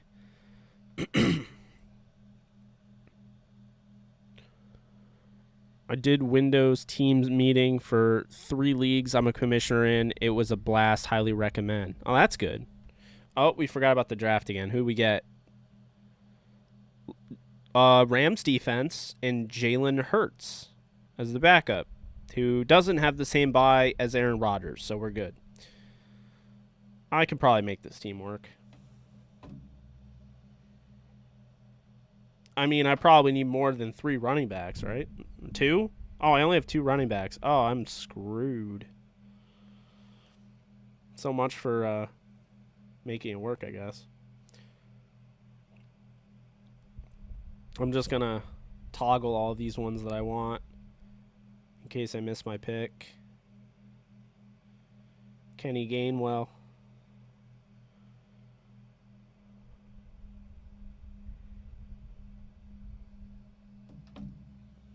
All right. All right, let's see here. Josh Norman was a god in Carolina. He was fun. He was fun to watch. I really enjoyed watching his game.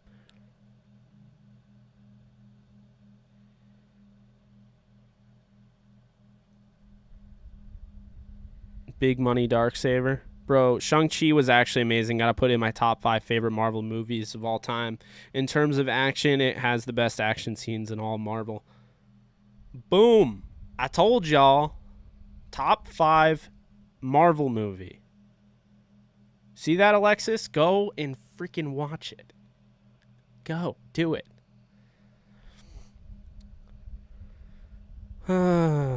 Let's see. It's all from those wide receivers, man. You always have great info and content. Keep up the great work. Thank you, King Ben. Appreciate you. You and Ram's house, I'll donate any day. We appreciate that. Yes, most of the time. Awesome. So we'll have Alexis Craft on the official Downtown Rams Instagram, which you can... Oh, it's not even up there. Well, you can find it on the... It's just at Downtown Rams. You'll know when you see it. We have over 10,000 followers on there, so... Yeah, like the Chiefs had a horrible defense. They don't have Bill freaking Belichick holding us to 3 points. Our defense was locked. We definitely have a big shot at besting that Chiefs team. I agree. Absolutely agree. Big Spenda Darksaber. Would you take Anthony Walker Jr.? Do you like him? Anthony Walker Jr., is he on the Browns? Or are you thinking of somebody else? I do not know who that is if you're not thinking about the Brown player. I'm cussing out Coach Norvell right now. Yikes. Alexis is actually a Notre Dame fan, so I'm assuming because you're a Florida State fan that Notre Dame is playing well. And 38-28. So this is a ball game. I thought it'd be a blowout. Nolan, you guys stole Andrew Parchment from us. I'm not happy with it. All seriousness, though, I do root for him, and I hope he does, as best as he can, because I do like him. Anyone that went to KU, I like. Just, Khalil Herbert went to KU.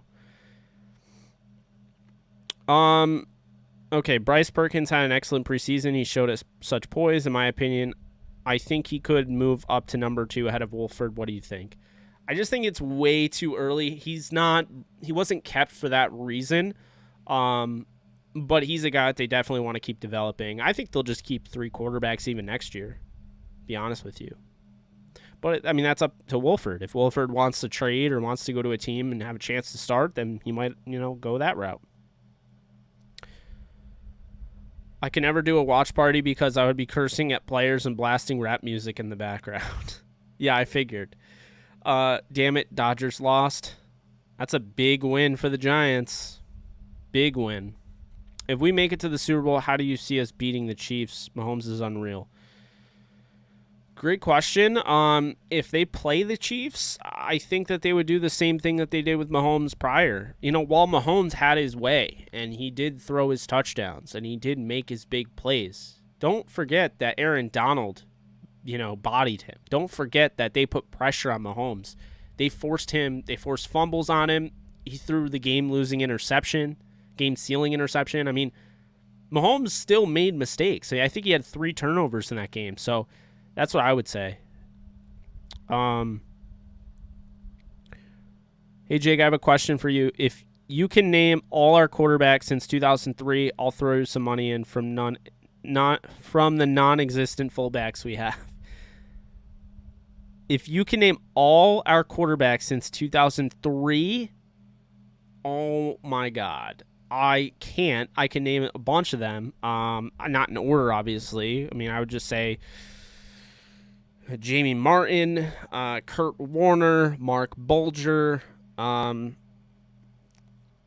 Farrat, Austin Davis, Case Keenum, Nick Foles, Sam Bradford, A.J. Feely, Scott Covington.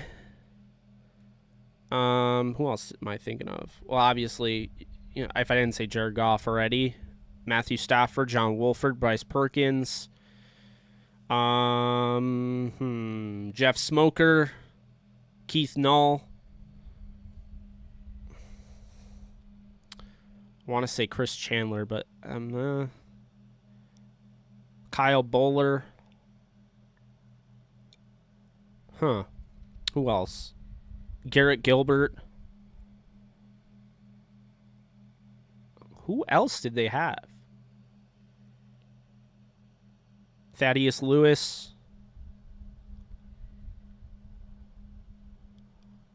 I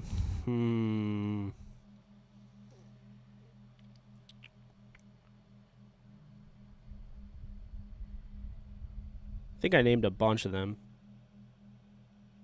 Yeah, well, you guys know You guys know I have a memory. I wasn't trying to bring back bad memories with Gus Frerotte. Brooks Bollinger. Oh,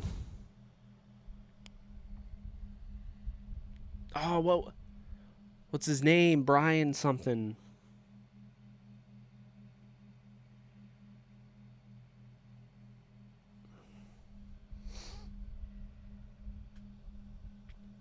Oh, now I forget. Is it Brooks Bollinger? No. Because it was Kyle Bowler, and then there was another guy, Brian something. He was not very good.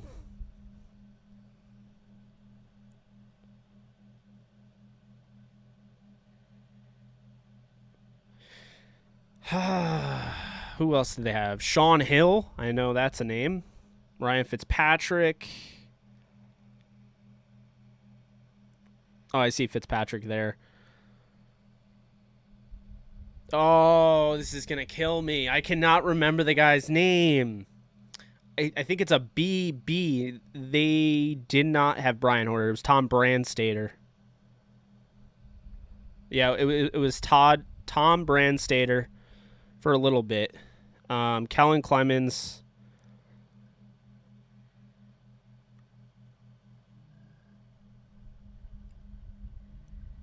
If I didn't already say it, Brock Berlin. I know I'm going to miss like one or two.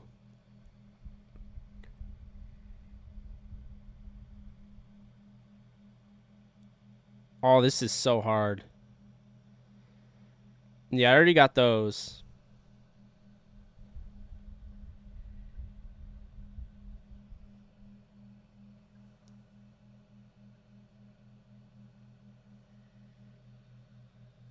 Oh, no, they didn't give... Okay, they gave me A.J. Dillon. I was like, oh, no, they didn't give me running backs. Oh, this is so tough. Who else would it be?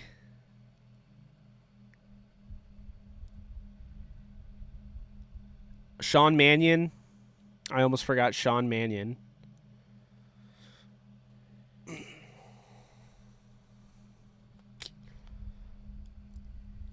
Oh my God. There's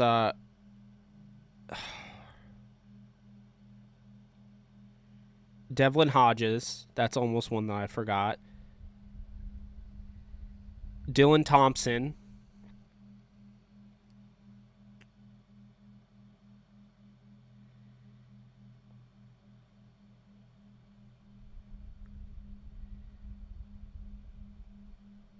Huh.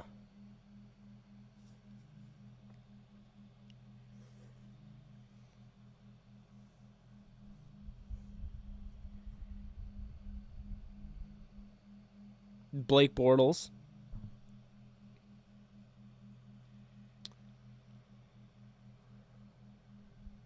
I did say Case Keenum.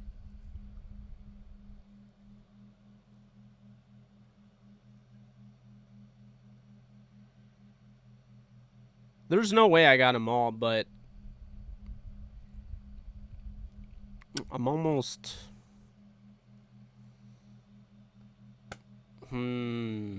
I feel like there's one that I'm missing, like pretty recent too.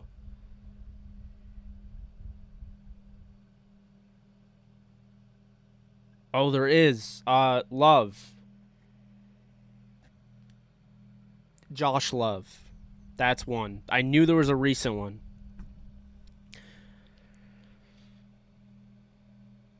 Perez. God, what? Luis Perez.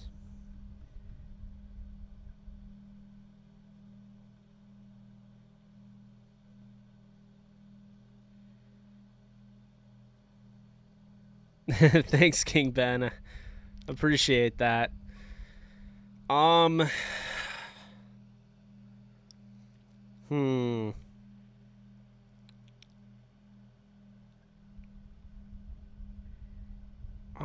damn. What the hell? I feel like I got them all, but like I also don't know. And Darksaber's been quiet. Darksaber, do you know how many I have left?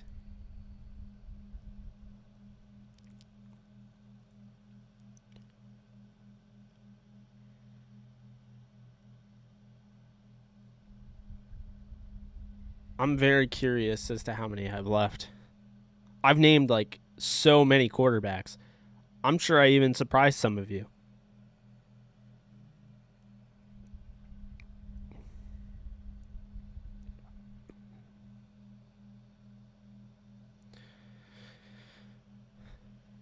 I mean, who else could it be from 2003? There's 2 left. Wow.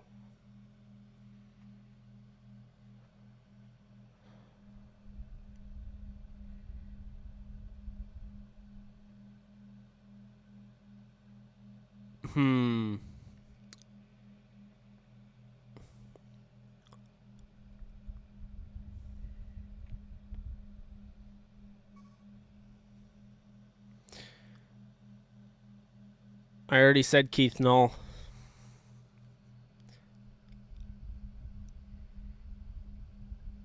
Huh.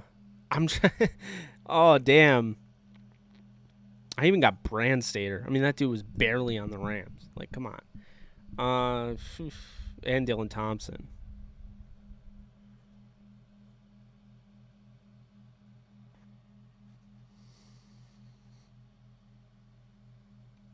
I know who it is. Like, I know one of them, and I literally can't. Brandon Allen. Brandon Allen. There we go. Brandon Allen from the Jaguars, they claimed.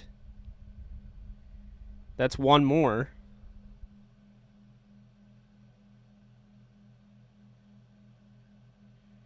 Oh my God, this is nuts.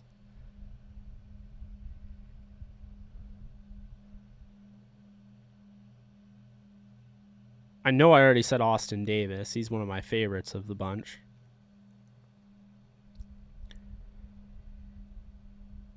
Said Garrett Gilbert, Thad Lewis.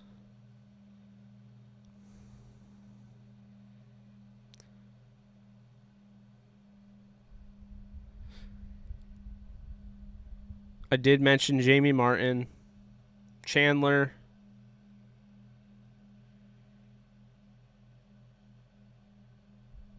Yeah, it was like Chris Chandler.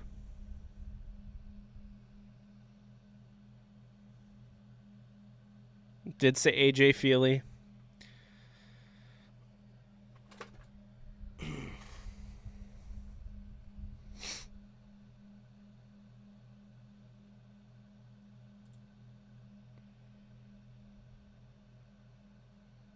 I don't know if I don't think Trent Green was still on the Rams. 2003. I'm going to say Trent Green, but I don't know if he was on the Rams. I'm going to think of another one in the meantime. Yeah, Keith Null I already got.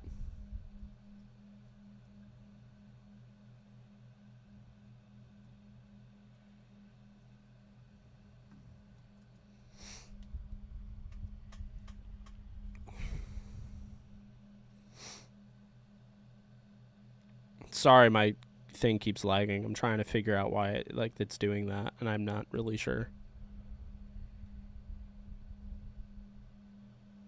Yeah, I'm glad I got Brandon Allen.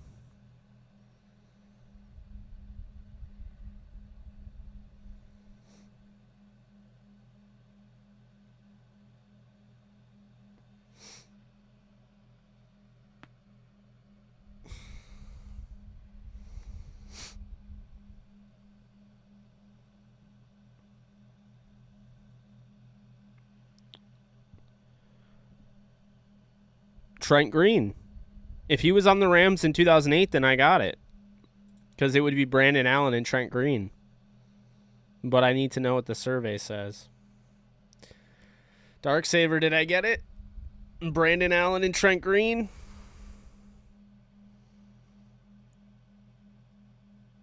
Luis Perez, I have no idea. I think he's getting ready for the XFL in 2023.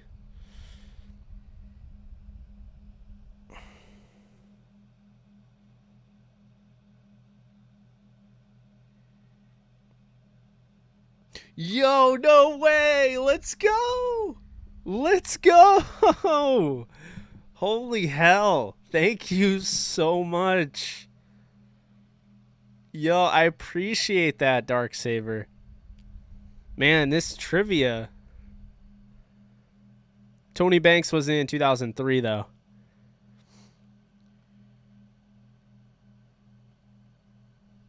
Yeah, because I use Manscaped. That's exactly why. Do I have a problem? Do I have a problem that I knew all of that off the top of my head? I think I have a problem that I knew all of that off the top of my head. I shouldn't be able to rattle off, yeah, you know, Kyle Buller and Dylan Thompson and... What? Let's go. Hey, you know, I... Stump the Jake, huh? Let's do it. No, I really do appreciate that, Darksaber. Means a freaking ton. It's just like...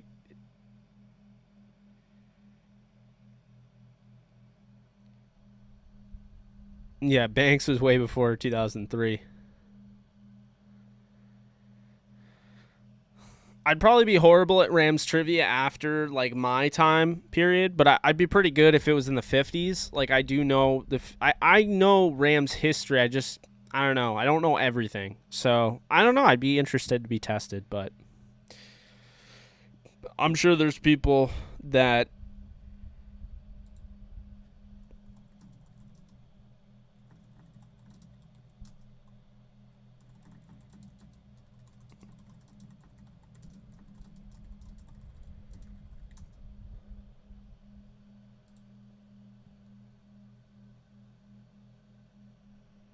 well, that's good. I appreciate y'all for the support. How about this fun stream, right? It's almost 11.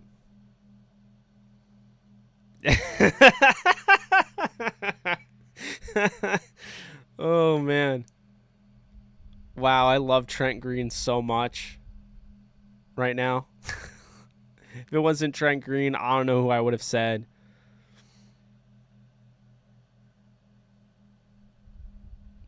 Yeah, I know. It's like you forget Fitzpatrick was on the Rams. It's been so long. Desmond Ridder is QB1.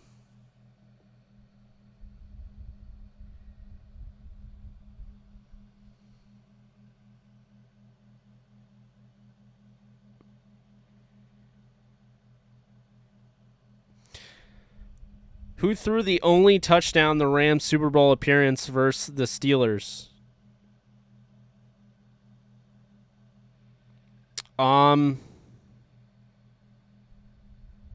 Well, who played in that? It was who threw the only touchdown? It was Ferragamo, I thought.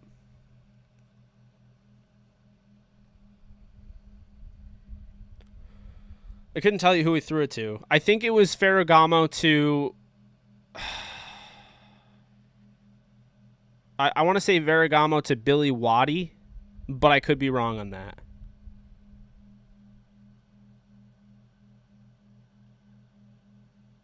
No?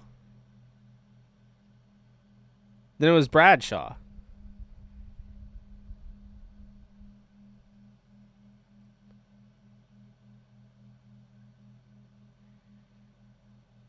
Yeah, it was probably... Oh, Lawrence McCutcheon? I didn't even know that. Damn.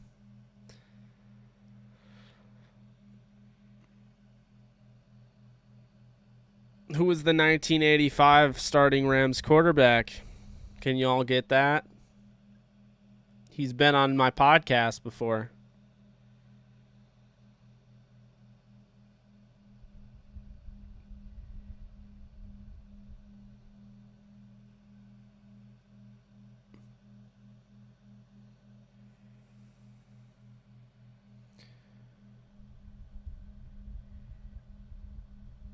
Well, 85 was supposed to be Pat Hayden. Pat Hayden got hurt, I believe. And so it was Dieter Brock.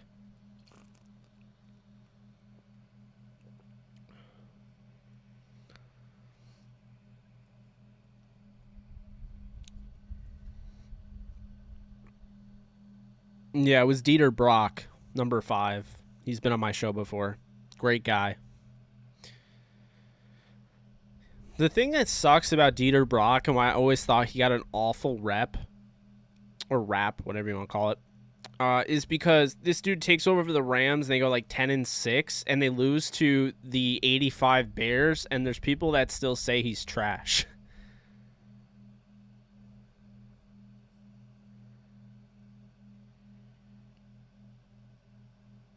The Rams' first ever draft pick, I'm not getting that. I'll just say Bob Waterfield, but I know it's not Bob Waterfield, so. What was Eric Dickerson's favorite ginger ale? Canada Dry? I don't know. The Rams' first quarterback? Oh, boy. Like, I would say Waterfield, too. I don't know. Johnny Drake, huh?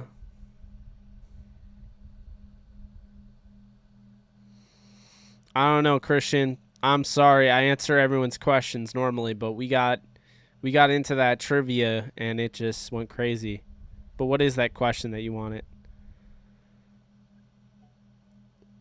What do you mean it's Bob? Wait, it is Bob Waterfield? No way. No way.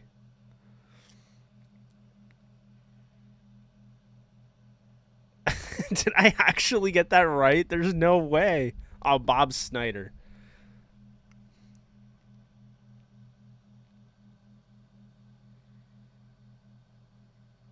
I think Anthony... Oh, okay. Yeah, I thought I answered that. Anthony Walker, I think, is a good player. I just think the Browns are getting a little, overrated. And so I think in terms, Walker's overrated by association. But Walker's a good player. He just needs a guy next to him.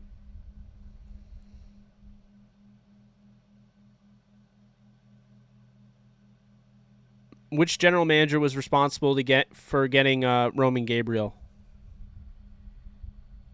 Can we get it? Can we get this? I know this, okay? I've written about this on a DTR article before. You're welcome, Christian.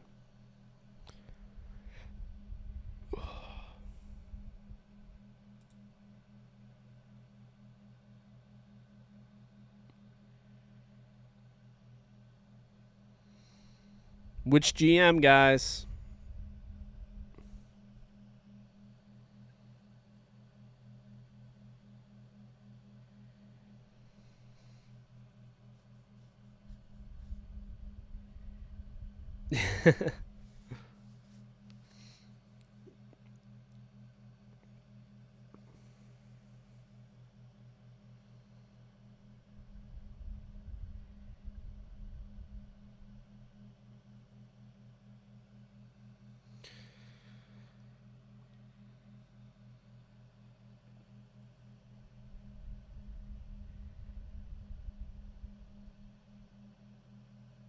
Okay, well, since no one's guessing, the GM of the Rams that brought Roman Gabriel, and I also think he brought over Deacon Jones as well and drafted Merlin Olsen. That GM was none other than Elroy Crazy Legs Hirsch. How about that? That dude is a legend. If you're looking for an authentic old school jersey, look no further than a number 40 Crazy Legs jersey, because that guy means so much to the Rams organization, more than anyone would realize. Like, he's one of my favorite players of all time. And he's also got a cool, it was on YouTube. I think it got taken down, but he had his own, like, he was so different. Like, it's so transcendent. He was a superstar, guys. He had like an Odell Beckham rookie year type of season. I'm gonna bring up his stats right now because Elroy Crazy Legs Hirsch, I've mentioned him before on here. He is literally one of the best, most important players in Rams franchise history, and he just doesn't get talked about. Like, I know he's a Hall of Famer, I get it, but he is so underrated by fans of the Rams fan base. So, Hirsch in 1951, when they won the championship, he only played in 12 games, which there was only 12 games. He had 1,495 yards receiving on 66 receptions, which is a 22.7 yards per reception average.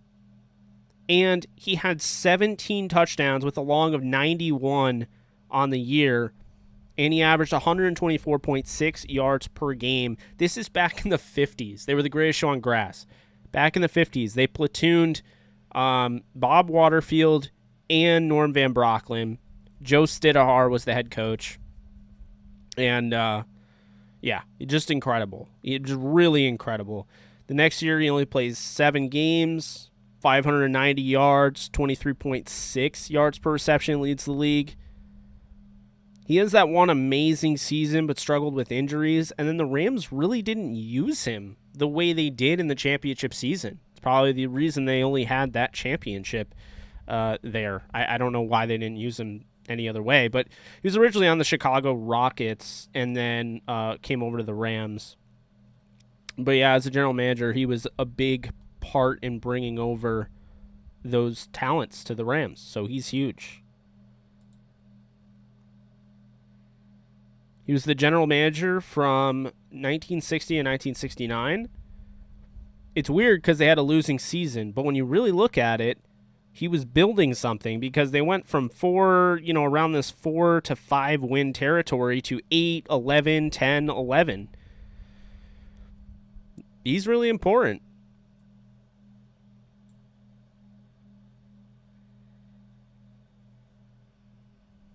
Oh, we'll be doing Madden streams. I'm just right now in the flow of just interacting with you guys.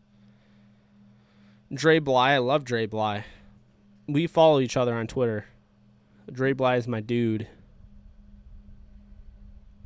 Curtis Samuel or Claypool at flex. I'm gonna go. I'll pull up my rankings right now.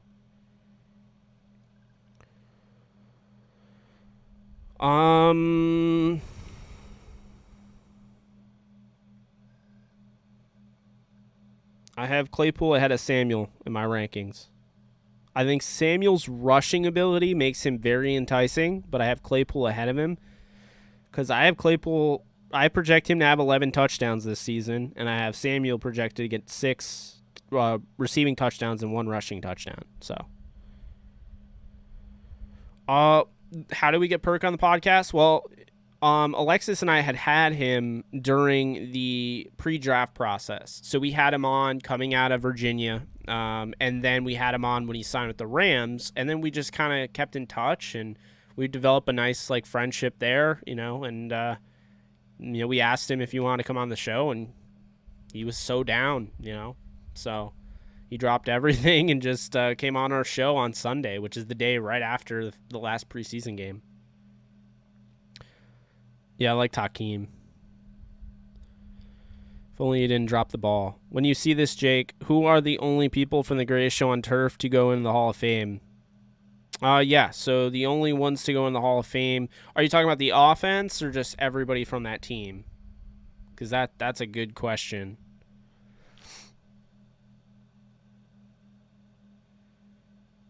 Because so far it would be Kurt Warner, Orlando Pace, Isaac Bruce, Marshall Faulk is all I know.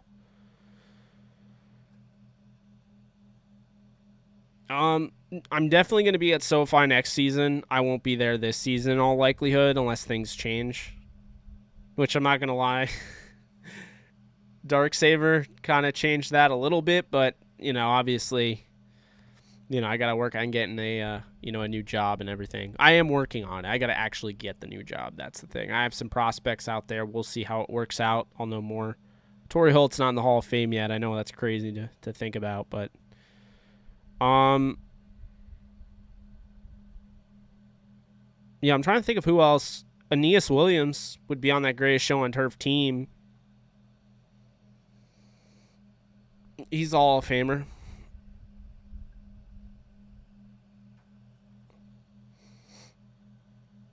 What will the Rams pass versus play percentage?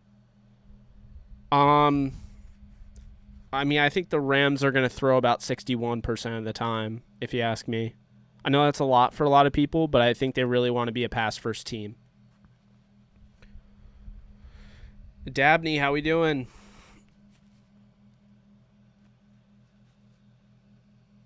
Pass-first run. Yeah, I'm going to go 61-39. Oh, no, I hope Torrey gets in soon. But I was just saying he's not in the Hall of Fame at the moment.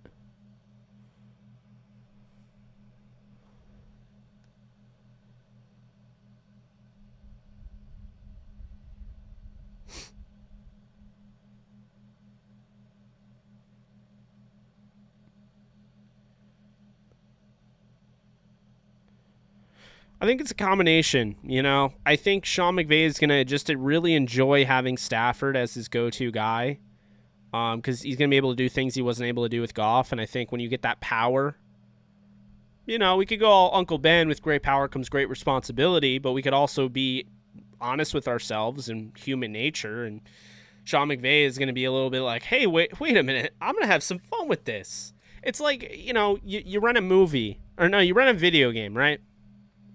And you're like, you know, you run it for 2 days, Redbox, whatever. You run it for 2 days, and you're like, this is Fallout, or this is Skyrim. I'm going to have some fun with this. I'm going to take the late fee, and I'm just going to keep playing this thing because I want to enjoy this. I want to have a legit playthrough. And then all of a sudden, you go to return it, and you owe like $60, and you might as well just bought it straight up. Sean McVay may get into something like that where he overdoes it with the passing, but, you know, he's going to enjoy it. He's going to enjoy having him. So, the only four made Hall of Fame, he said all of them.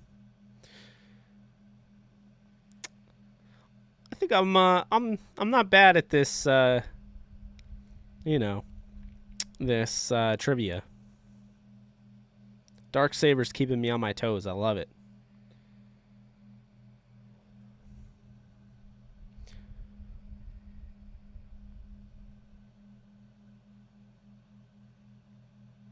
Biggest differences between Stafford and Goff. Stafford manipulates the pocket. Goff does not. Stafford uses pocket mobility. Goff does not. Stafford will run without actually having to think about running ahead of time. You can tell Goff is ready to run on certain plays, like as if like Sean McVay told him he has to run, whereas Stafford just works off script so well. Stafford is a better arm, like a cannon for an arm. He's more of a pinpoint accurate quarterback, whereas Jared Goff is more generally accurate. When you look at Stafford, he has the physical, the physical ability to, break tackles, which is something like if Goff gets hit, he goes down. But Stafford likes to stay up and try to make things happen. Regardless, though, I would say they're very similar in toughness. You can't knock Goff. He's got incredible toughness, and I would say that at the end of the day, they're both NFL quarterbacks. I just think one is a lot better than the other. Yeah, Nolan, I agree. Is Alexis going to join you next Sunday? I don't think so. I think, we'll probably record the podcast on Monday. We're going to record tomorrow. We're probably going to do a mailbag. So if anyone's interested in that, we'll drop that on our Twitter.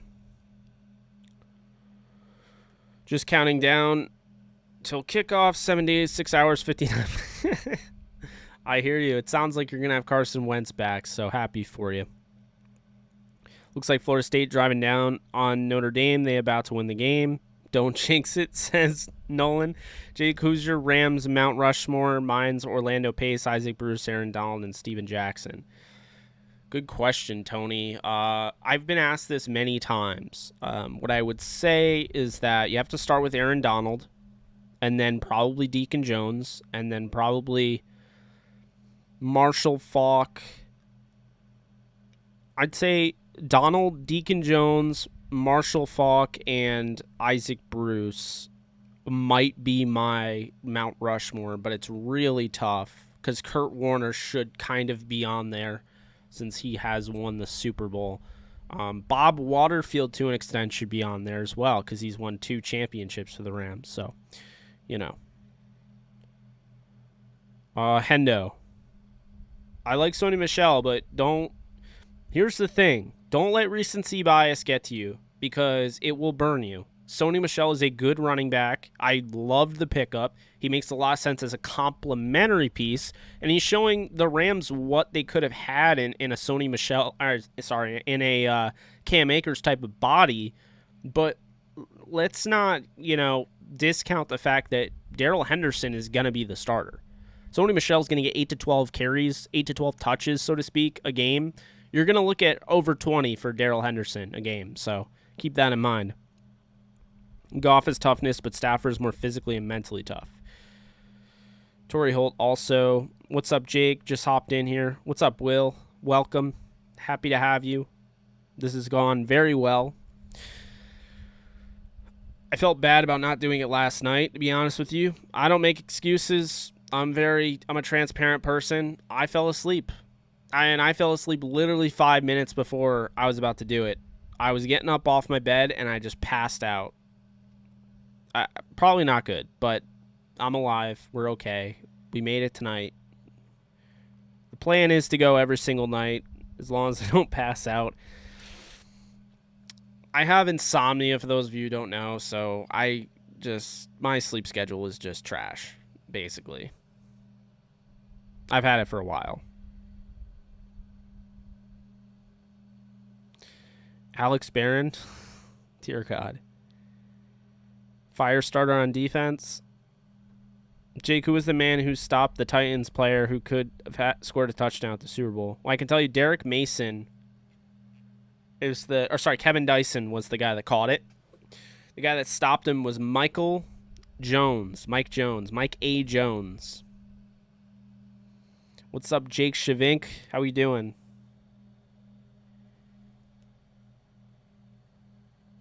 Nice. We ended up with A.J. Dillon, Tony Pollard, and J.D. McKissick at the end of that draft. I'm okay with it. I went kind of zero running back in a sense. Oh, I didn't pick a kicker, though. That's going to be a problem. Oh, well.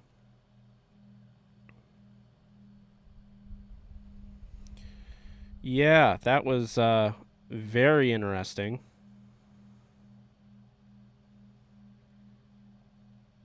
To get auto-picked Derrick Henry, Darrell Henderson, Justin Jefferson, Mike Evans, and DK Metcalf. I was not expecting that. Good crop of players. It's actually a really good starting lineup. Now I just need a kicker.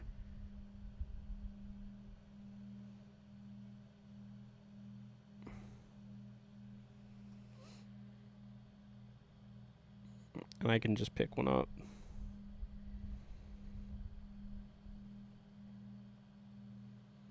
I can pick up Matt Gay right now, but I have to drop McKissick. Oh well.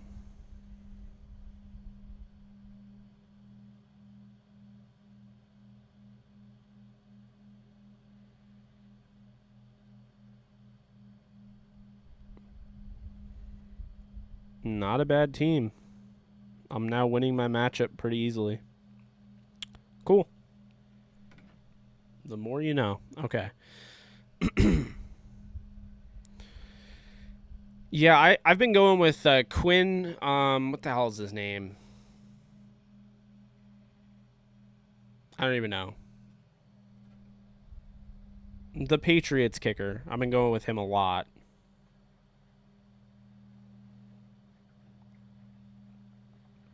Normally when I dive in on one kicker, I always regret it, but I have a really good feeling about him. His name is Quinn Nordin, and he won the kicking job for the Patriots. He beat out Nick Folk.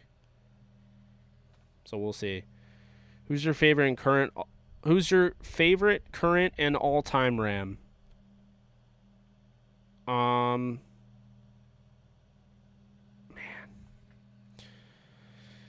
My current favorite, because I would say like Elroy Crazy Legs Hirsch.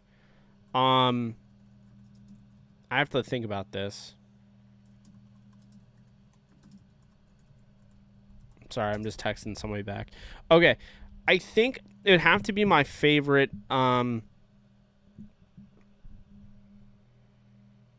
It's tough.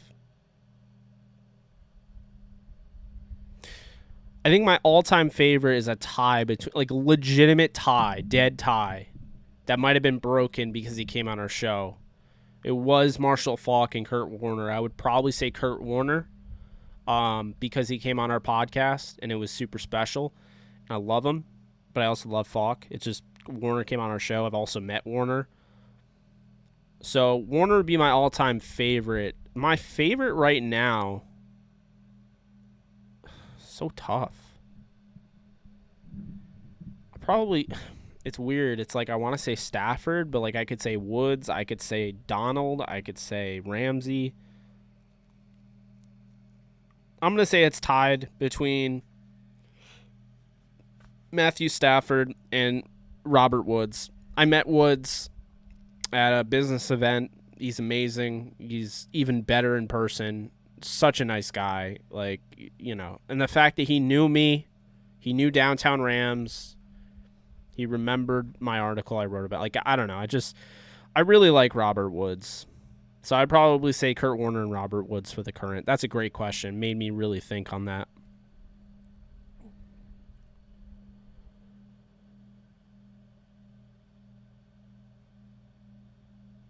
Florida State scored? What's the score? Oh, they tied it up. Oh, my God.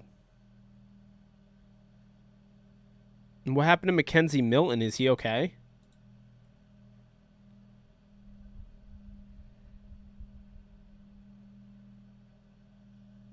I see that he's not playing, so I'm like, what the hell happened to him?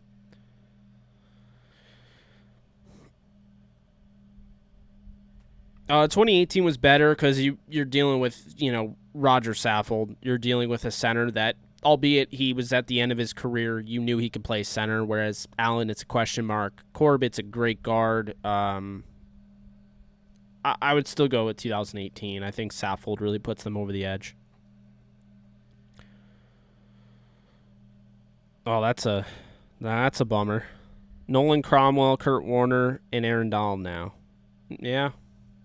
Those are some good names. Nolan Cromwell he's a Kansas Jayhawk too, so. Oh, Leroy Irvin. Oh, he's one of my absolute favorites. I went to his 60th birthday party. He's been on the podcast like 3 times. I love that guy. Damn.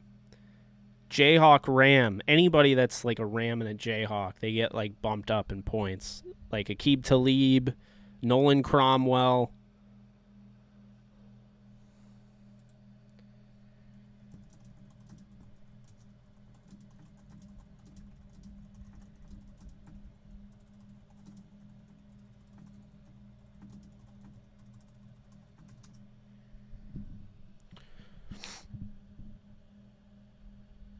Yeah, Saffold got better with age. I also think the issue with Saffold is that he was playing the tackle spot for so long, and he was never truly comfortable at tackle. I think when he kicked in at guard, also go back to when he got that injection. Remember, he fixed his shoulder? He got the injection in his shoulder. I think that really helped him. The cortisone or whatever. Oh, sorry, Darksaber. I didn't even see that. The longest field goal for the Rams is Greg Zuerlein. He kicked like a 61-yarder. I'm still mad he didn't break the record. And then I think Prater hit a 64-yarder. So he wouldn't have broken the record even with a 64-yarder. Okay. So Jack Cohn was just throwing it up, it looks like, and it got picked off. End of the fourth quarter.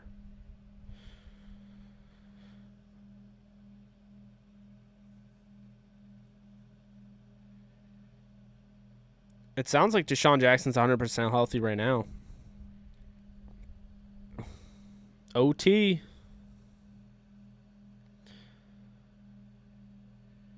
Who is your pick on Thursday Night Football, Dallas and Tampa? Do you think Micah Parsons will cause Tampa Bay a bunch of problems Thursday? If they know how to use Parsons, I think the good thing is that, you know, if you're a Cowboys fan, you have to like that, you know, you have a guy in Dan Quinn that knows how to use these guys. So, you know, I really do think they can get the most out of Parsons. I have Tampa winning in kind of a shootout. I'd say 34-31, maybe 34-28. It's going to be around that, I think.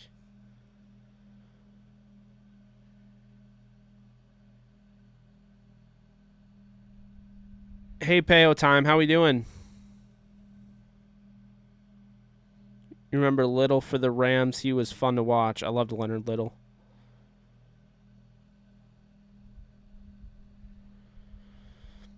Doctor's no joke.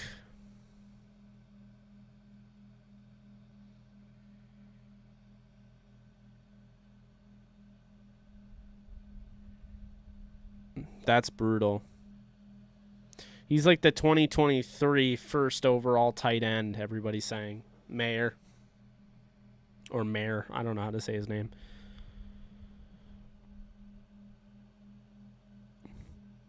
Yeah, Reggie Scott's great. The Rams have like consistently been healthy because of Reggie Scott.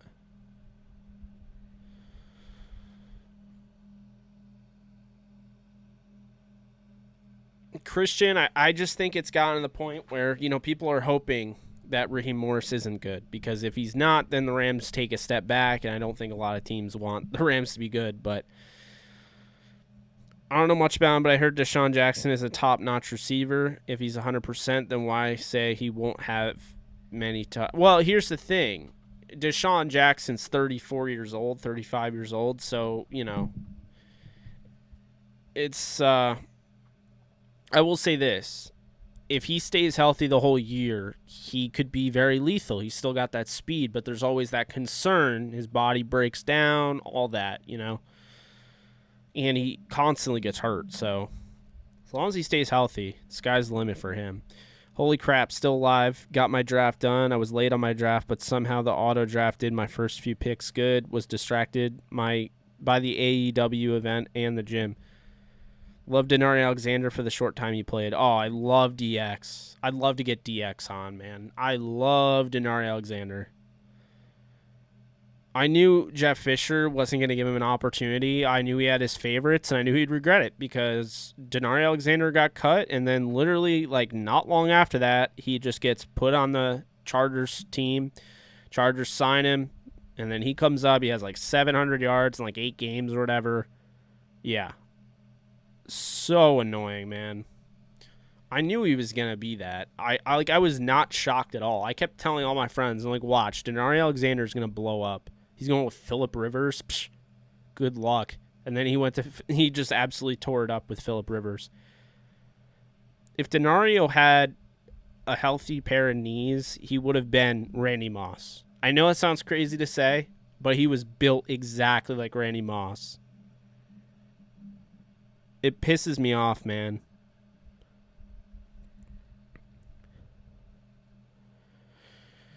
What do you think was the reason? Man, I don't think they knew what they were doing. I don't think they came in really cocky. They came in thinking they knew how to stop it, Lamar Jackson, and I just don't think they understood how to actually beat Lamar Jackson. A lot of teams do that. You know, the only team that really knows how to consistently take down Lamar Jackson, put him in opportunities, fake opportunities to exploit him, that is the Steelers. The Steelers have great game plans against him, and they still somehow lose those at times. So, you know, the Rams had no idea how to stop Lamar Jackson. Not a freaking clue. And that's really what it was. And then, of course, the Rams are just the worst team I've ever seen from behind. Aside from like the Bills game, they really don't play well from behind. They really are a team that has to be predicated on leading, and, you know, they want to control the clock and they want to dominate the time of possession. I know it sounds funny, but there are teams that actually like being behind. It's like an extra jolt. They like constantly feeling like every play matters. And teams get susceptible to getting beat because they fall for the idea that not every play matters for them, and then all of a sudden they get beat.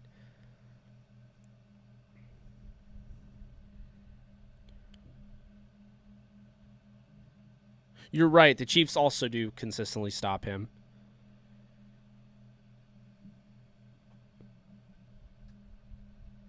Jake in the 2019 draft, definitely believes that the Rams should have taken DK Metcalf.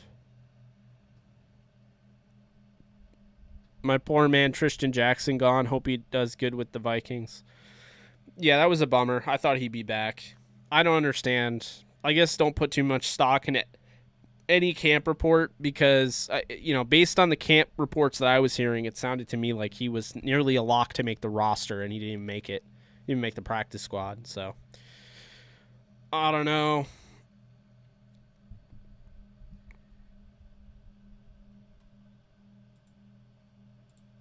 Hey guys, make sure you thumbs up this live stream. Helps me out. Also, be sure to like that Discord link. Not like it, click it and join. It's free. Costs $0.00. It's a non-stop community of Rams fans, horror movie fans, MCU fans, NFL fans, you name it. Yeah, I felt that way.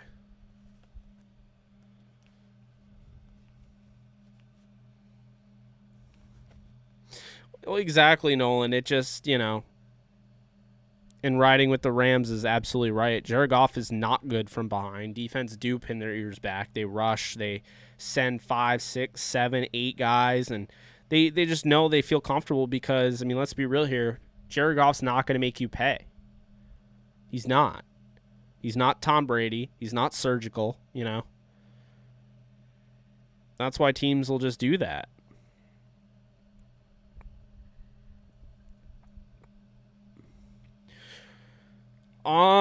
Their offense was a little different with the Lions, but it's going to incorporate a lot of the same concepts.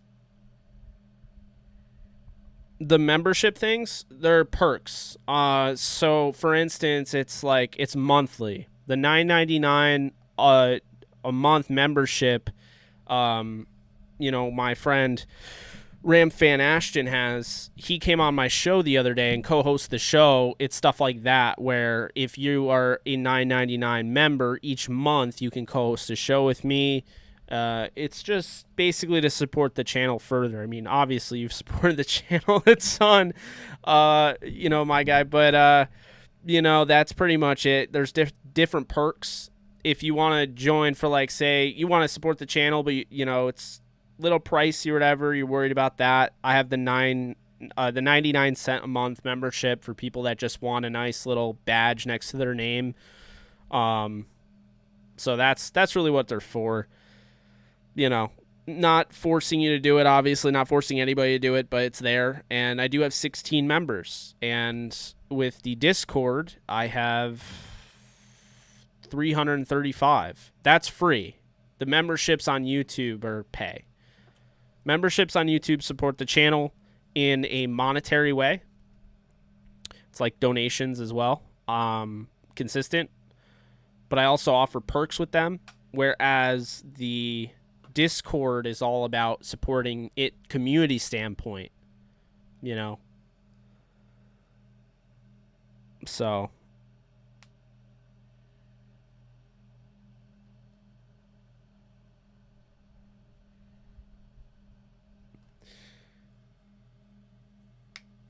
yeah, you're more than welcome to. Like I said, you don't have to, but we can definitely work out a time where if you want to come on, I'll send you a link, and we could have a Rams talk type of setting.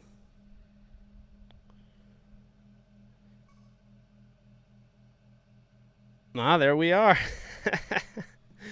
Thank you, Darksaber. So yeah, we'll have to set that up this month. It's once a month, so what I normally do is I just did one last month with Ashton. So it's up to you if you'd want a separate one or if you want one with Ashton. There's that. So but yeah. Man, I'm glad I went live tonight. Holy hell. Oh, man. I'm trying to see how many people are in the Discord right now.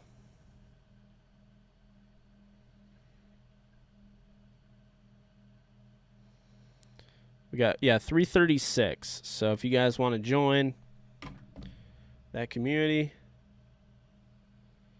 Yeah, it was quick.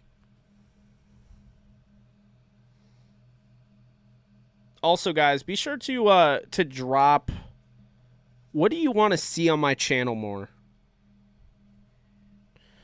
Be sure to drop that as well.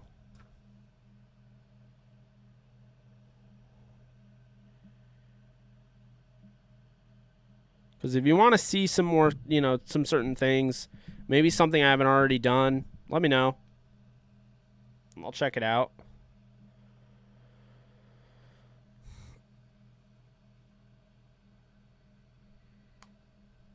Yeah, absolutely.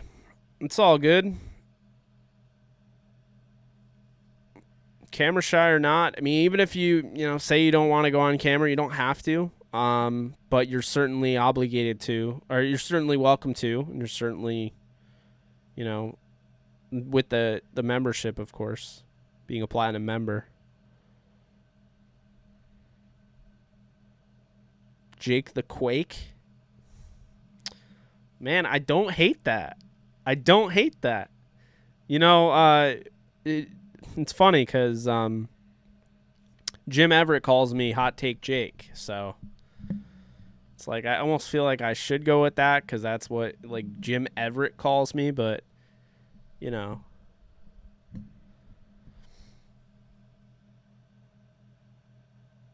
Ooh, full review of Fear Street. Oh, that could hit hard. That could be really good.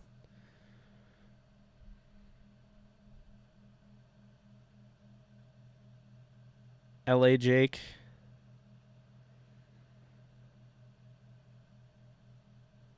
Yeah, no one's going to hate on you. Nobody. Oh my God. Did they lose?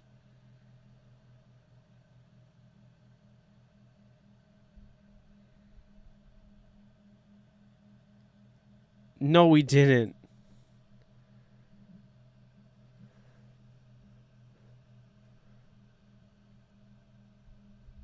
He missed the field goal? I can't tell. Why is Kyron Williams only getting 17 carries in a 38-38 ball game? Seems weird to me. All right, I just see the win probability for Notre Dame went from nothing, literally down from 53% to now it's at 80. Now it's at 94%.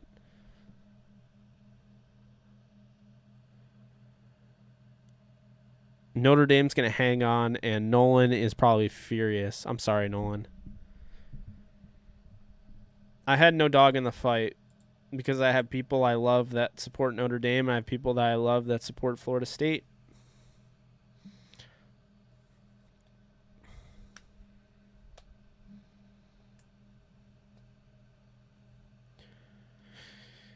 Yeah, as far as the highlights, insight, things like that, would you guys, I mean, I'll be honest with you, I'm not the best with X's and O's. I don't know if that shocks you to hear, but I'm not. And I'm not going to lie to you, Jake Shavink probably is better than me at that. I see the game differently. I'm more of a personnel type of person. I know, players and what the players do and, scouting and things like that. I'm not X's and O's friendly. I didn't play the sport, so I'm not. It doesn't come to me as quickly as others, but I know that may surprise some of you. But would you be interested, or do you think it would be more of an exposing of how bad I am with film? Would you be interested in a live film session? Because I was talking about that with my cousin yesterday, and I just was curious to see if that would make any sort of sense. So I go live, and then we watch film together or something.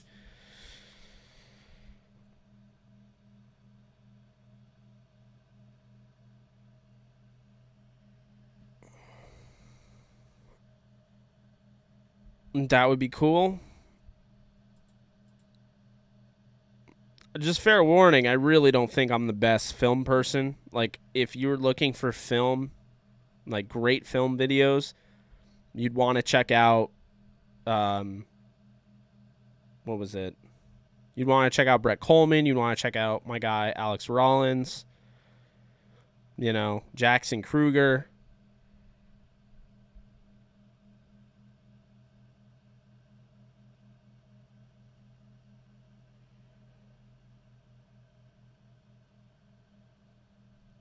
You work 7:30 to 6?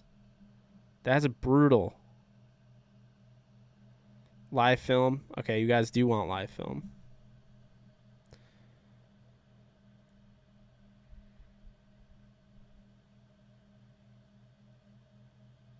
I always keep 100 with Rams fans. Been doing it since 2016. I don't plan on stopping.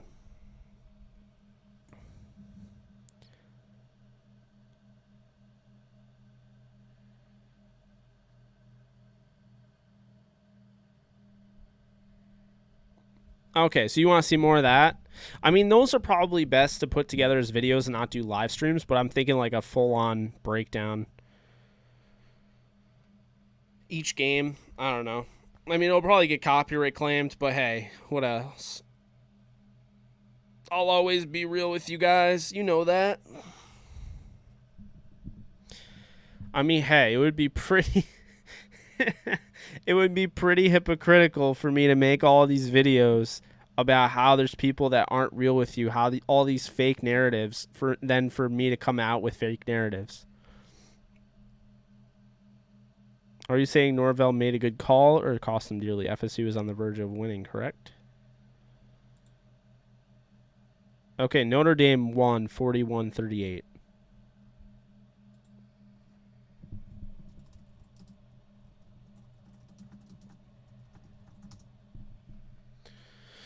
Damn. That was really close. I didn't really watch it, but sorry, Nolan.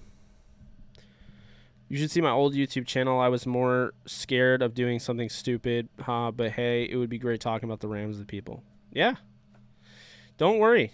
You're not going to have any issues.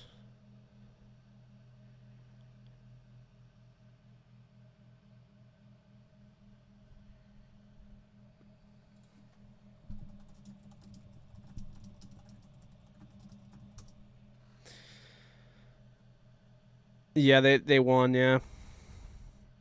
Pisa Tinui Samoa follows me on Twitter. We're trying to get him on a show sometime. Love him. Hawaii 5-0.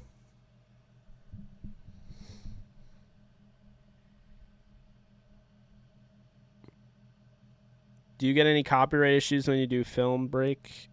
Yeah. Yeah, I do. Sometimes it's really hit or miss. Sometimes I won't get any copyright claims. Sometimes I will. As long as I don't get strikes, I guess I'm okay. Strikes, you get 3 strikes and you're out of YouTube. So, you know, we don't like strikes. If you hear somebody say I got a copyright strike, and they're just saying that they didn't get monetized, no, demonetization is not getting copyright struck, whatever. A strike takes the video completely off of YouTube. They will never strike me unless it is like Marvel or Sony, and it's a video in which I'm leaking something that they don't want out. You very rarely get copyright struck. Sometimes people will do that when they don't have the copyright. They actually don't have the ability to copyright strike you, but they'll do it with their bots. And then you'll come out and you'll call them out on it, and then they'll stop. Most recently, I know that Dead Meat has been getting into that issue. James A. Janice, who does the kill count with all the horror movies and everything, he had a couple of them. Train to Busan. Train to Busan actually got taken off. It got copyright strike, and then he had to go through like the lawyer process and got put back up on YouTube. And then the Fear Street ones, because I watched Fear Street. I haven't seen his kill counts, but his kill counts for Fear Street I saw were getting taken off YouTube. So, yeah, the copyright TVA, you are right on that. Do you know who is copyright claiming you, or is it anonymous? Most of the time, it's either Exos for the college film. It's Exos Catapult. I don't like them. Sometimes it's the NFL. If it's Madden, for instance, when I was streaming the other day and the crappy, no offense to anybody who likes it, but I'm not a rap fan. I have some rap in my library, so to speak, but like the rap on Madden, for instance, you would never catch me dead listening to. I just hate that stuff. And then I got copyright claimed for some of the rap stuff to the point where it literally took my live stream of Madden off YouTube because one of the copyright claims was a block. It wasn't a strike, because normally they won't strike you. Like, they won't strike you because they see you're making money off the video. They want that money. I don't get any of the money. They would get it all. So it makes no sense to strike me, because then it's just money that goes to nobody. So they do want to steal my money. But,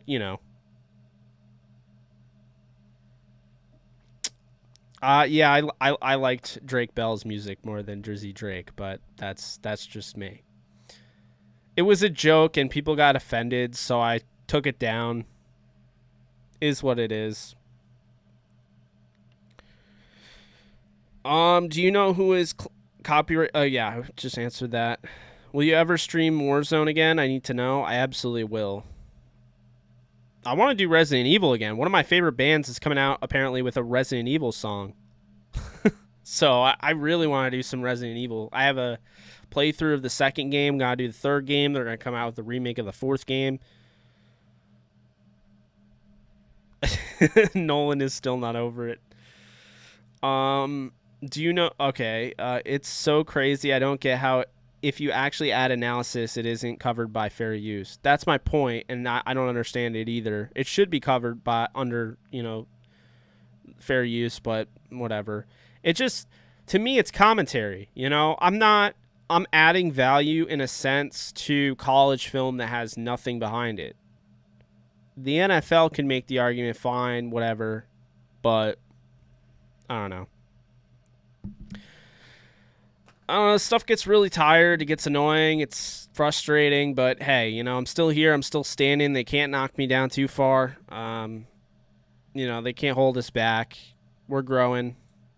I don't think YouTube doesn't want me to grow. Obviously, they want me to grow. It helps their platform as well. But I do think these companies, they need to watch it, because it's getting, out of hand. It's been out of hand for a while, right? But it's absolutely getting out of hand to the point where, it's ridiculous at this point, to be honest with you, because you have these people that are adding value. Dude, I got copyright claimed for having trailers of the Friday the 13th films, because I did a Friday the 13th video. If you guys didn't see it, I covered the Friday the 13th movies. I ranked them, and I got copyright claim for that. And all that would ever be doing is creating good publicity for you, creating good PR, and getting people to go and watch your movies. Plus, it's under fair use. That's literally the point of fair use. I can take, I can take that. I can take whatever. Oh my God, crazy. Shrek 2, the video game. Yeah, if they copyright claim me on that, I don't even know what to say. Pretty nuts, though. Yeah, Nolan. Yeah, Drake's just not my type of music. I like some rap, but I just don't like Drake. I've never liked Drake. I understand he's liked by a lot of people, so I'm not trying to, rub anyone the wrong way, but I've been listening to metalcore for like the last 3 weeks nonstop, so it's pretty much what it is. I watch poker content where guys do fantastic hand analysis, have links to, and tell people to go watch full programming. Those channels still go after them, even though it's literally... That's what I'm saying. That's what I'm saying. They don't care if you work with them. They are the big dog. They have all the lawyers. They will win. They always push.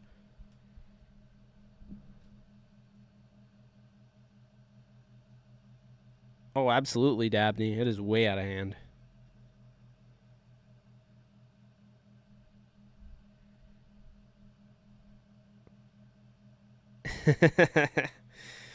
Yeah, I gotta get playing. Definitely gotta get back on Resident Evil. I gotta watch those movies. Man, I can't wait for that song that comes out. I thought Donda was better than CLB, but I didn't really like Donda either. I just think Kanye West is better personally. But I think Eminem and Kendrick are the best in the game. That's coming from the metalhead's perspective over here, so let's not put too much stock into that. Yeah, I definitely think Donda was better.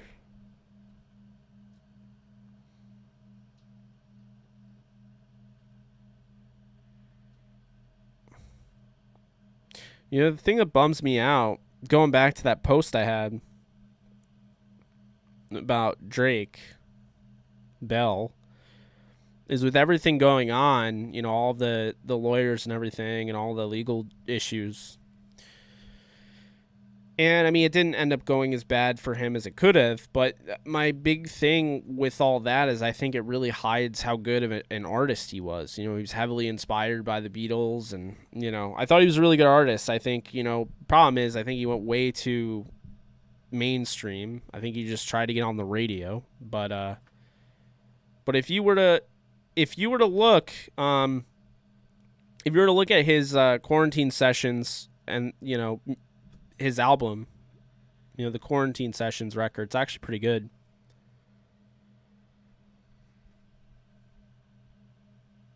As a musician, no. As an actor, yes. That's why Josh is still acting. Yes, please smash the like button if you can. I mean, we're just hanging out here, guys. I'm just going to wait until we get to the 3-hour mark and probably bounce, which is at midnight. But I've been having a blast. So if anybody has any other questions, anyone wants to talk about the MCU a little bit, horror movies, music, whatever, this is your show. I'm just following along.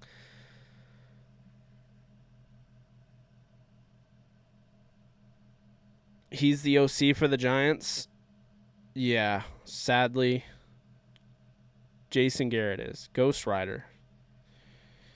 I'm waiting for Ghost Rider to be in the MCU. I think we're going to get Ghost Rider in Multiverse of Madness, but we'll see. Absolutely Rams and Dodgers fan. Absolutely. That was a great movie series. Great movie series. I think it was only 2, though. And then, what was it? The original Ghost Rider was played by... what's his name? Sam Elliott. Blade is going to be so good. Oh my god. I cannot wait for that.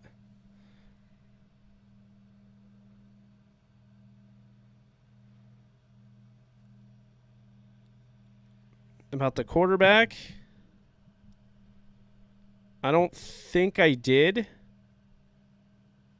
Because I don't think I saw it. Christian, can you resend that to me and I'll answer it? King Ben, thoughts on the upcoming Venom movie? Looks amazing. Carnage finally on the big screen. Let's go. I love that Carnage is basically Venom but red and just so much more like demonic looking. Like if you look, like his teeth are like decaying yellow, whereas Venom's are like white. Like they make all these little, like they're just these little differences about each character that change the game for that character. Blade reboot is going to be so good.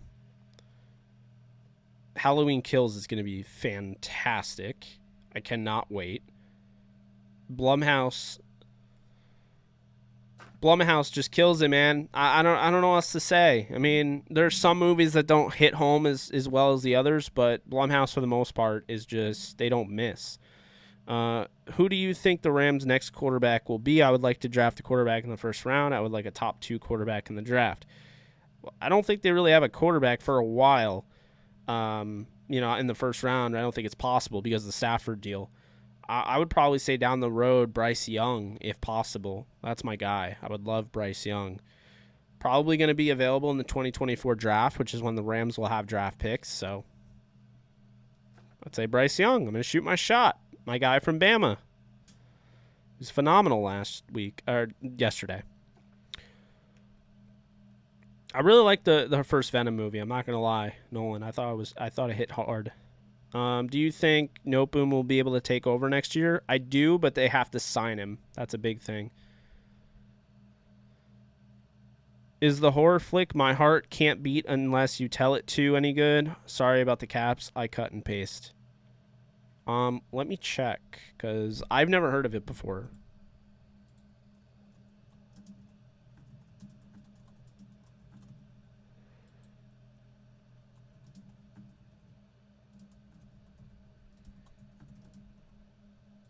Let's see. It's got 6 out of 10. 98% on Rotten Tomatoes. What is this? A horror drama? Came out in 2020? I'm going to go all Steve Rogers on this and say I'll add it right to the list. All right, you got my attention. I saw Hellfest the other day. Thought that was interesting. Thought the makeup was done very well. I thought there was some really good cinematography. I like the idea of it. Wasn't the best horror movie. It was pretty cookie cutter aside from that. But, you know, the characters almost mattered, and I enjoyed it. Yeah, the Carnage trailer did look interesting. Tobey Maguire, best Spider-Man, like he gonna swing in and go pizza time and beat everyone? I would actually say Tom Holland's the best Spider-Man, but I love Tobey. I love Andrew. I love them all. That's why I'm so glad all three of them are gonna be in this next movie. This ain't the draft to get one. I mean, it's not like the Rams could, but I would say if I'm putting any stock on anybody, there's two guys that I like right now, and it can change, but I don't expect it to change for one of them. The first one is Desmond Ridder, who is QB1 for me, has been QB1 since I found out he was going to stay. And then Carson Strong, I like him. How many touchdowns does Jacob Harris end the season with? I think 3 to 4 is probably the best bet. Bryce Young and horns, dude, make it happen. Speak it into existence. That'll be the quickest jersey buy of all time for me if that happens. I love him. Not just because I like Bama. Rams need to have a damn plan for when Stafford leaves. We need a damn near surefire quarterback. No, 2000. Well, keep this in mind though, Christian. They have an idea of what they're doing. Plus, Stafford's not going to leave right away. He's still somewhat younger than. He's not like Tom Brady playing at 44 or 45. So, you know, he could go on. I mean, it sounded to me in an interview, it sounded like he wanted to play for like the next 10 years. So we'll see. I don't know if they're gonna. I mean, if that's the case, then Bryce Young's probably out of the equation, but I would definitely love it if he was, you know, in the equation, so to speak. I don't think Harris will be used a lot this season. Yeah, I mean, we'll see. I think he'll have a decent role. I prefer Holland as well. How Toby is best, maybe he going to be our quarterback because he's going to throw some dirt in all the defenders' eyes. Bully Maguire is one of the greatest things that the internet has come up with. No one can tell me otherwise. I agree with Jake. Bryce Young is the one. Might have to do it in 23, though. Oof. Hoping he stays, and then he's there in 24. We'll see. They need some red zone improvements this year. What are your predictions on Cardinals at Titans? Good question. I have the Titans. It's at Titans. I'm going to go with the Titans here. I think that they can dictate the tempo with Derrick Henry. I do think the Cardinals are going to have to stop Derrick Henry, and I think that they're not going to be able to. I saw William Blockson has Jacob Harris 6 touchdowns. That's a lot, but I would love it if that was the case, William. My prediction, though, I'd say, you know, the Titans win that game. Derrick Henry is going to have a hard time being stopped. I think they'll be able to set the tempo early on and then open up the play action passing attack with Julio Jones and A.J. Brown and Ferkser and Reynolds. So I like the Titans in that one. I'd probably say 27-20. I'd say 27-20. I think the Titans control the game for the most part. Cardinals get a late touchdown that makes it look somewhat better than it was. 6 touchdowns for Sony. I think more around like 4, but I hear you. You say we go for it? I really hope Terrell Lewis works out this year, because if not, we are going to need an edge rusher next season. I wouldn't say that 100%. You don't know what you're getting out of Chris Garrett, you know? We'll see. Yes, Darrell Henderson over Sony in fantasy. Dude, absolutely. And you know what pisses me off the most is that people think that Amazing Spider-Man isn't a good movie. People think that series sucks. Here's the problem. That series was filmed better than any of the series before it and the series after it. Hear me out when I say this. They filmed The Amazing Spider-Man completely different than how they filmed the first Spider-Man movie and the current Tom Holland Spider-Man movies. And here's how. There wasn't a ton of CGI. There was, but there wasn't. It wasn't all CGI. A lot of the stunts were actually done by Andrew himself. So they actually had a lot of web slinging and all that. Like, that stuff he was actually doing. They had him on like a, you know, they had him in like a harness, of course, but he was actually doing those stunts. You know, they weren't just adding him in post-production. It's so underrated, and it's actually a really good film. The first one's really good. The second one is even pretty solid. The second one just ran into the issue of that they had a great idea for a movie, the director had a plan, and then all of a sudden, Sony Studios came in and basically was like, no, we need more. We need to put in this Green Goblin thing that I don't know why they did it. And it was just like, it just pisses me off because it's the same issue as the third movie. It's why the third movie was so bad. Release the Sam Raimi cut, like the actual Sam Raimi cut, because that was not Raimi's cut. There's no way. The studio forced him into putting extra villains in that movie. They should never have introduced Venom and Sandman and New Goblin all in the same time. That was just way too much. They didn't have enough time to really develop the characters. It just didn't work. So I agree with you, Nolan. Well, it's sad. I got to go and clean up my lizard's tank. Oh, there's another one. They shouldn't have put the lizard in there. Oh, thank you so much, Darksaber. Wishing you all the best, and we'll be in touch. So at some point this month, we'll get together, and you'll co-host the show with me, and we'll have some fun. I do think Harris is going to be a bit of a red zone specialist. 6 isn't crazy. I don't think it's crazy. Absolutely, Dabney. Happy to help. If Stafford wins the Super Bowl this year, should we let him go and look for our next young quarterback? No. No, I would absolutely keep Stafford around as long as he wants to play and as long as he is a good quarterback in the league. If you can win with him, there's no point of just letting him go just for the sake of having a younger guy. You can get a younger guy.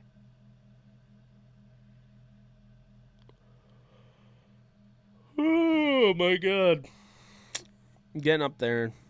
The Amazing Spider-Man is underrated for sure. Absolutely. We keep Stafford and win more. Agreed. Will you be going to the Rams game this season? If so, which one? Rams-Giants is the only one I'm going to at the moment.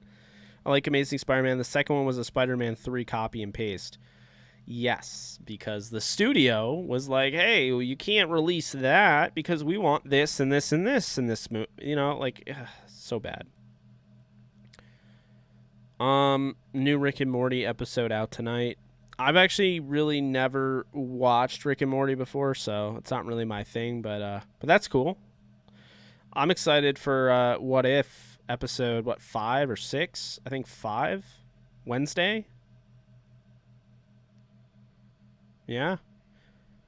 Do we know what the next What If episode's going to be?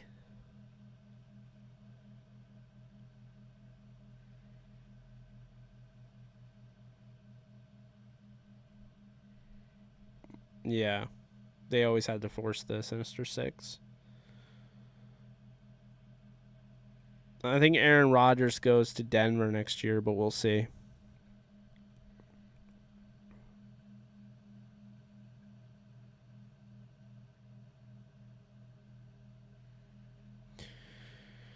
You can drop a link there. I mean, I don't know if I'm gonna click it because I have a weak stomach at the moment, but you know.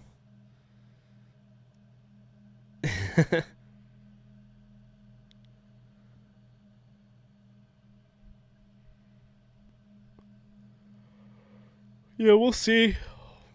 Will be interesting to keep, Dabney. We're going to be following your running back, Marlon Mack, the whole way because we want to see how well he adapts to coming back from that torn Achilles. And, we'll see what happens there. It does. It definitely does. All right, guys, so that's going to do it for me. I have a really bad sore throat, if you guys couldn't tell. I can't believe we made it 3 hours, but we did. A lot of fun. I'm probably going to throw on a horror movie. I don't know what I'm going to throw on, but I'll throw on something. So I'll talk to you guys tomorrow. That's what we'll do. We'll do it tomorrow. I'll be back. Love all y'all. You be good. Be good people. I'll see you guys soon. Be safe. And love y'all. Later.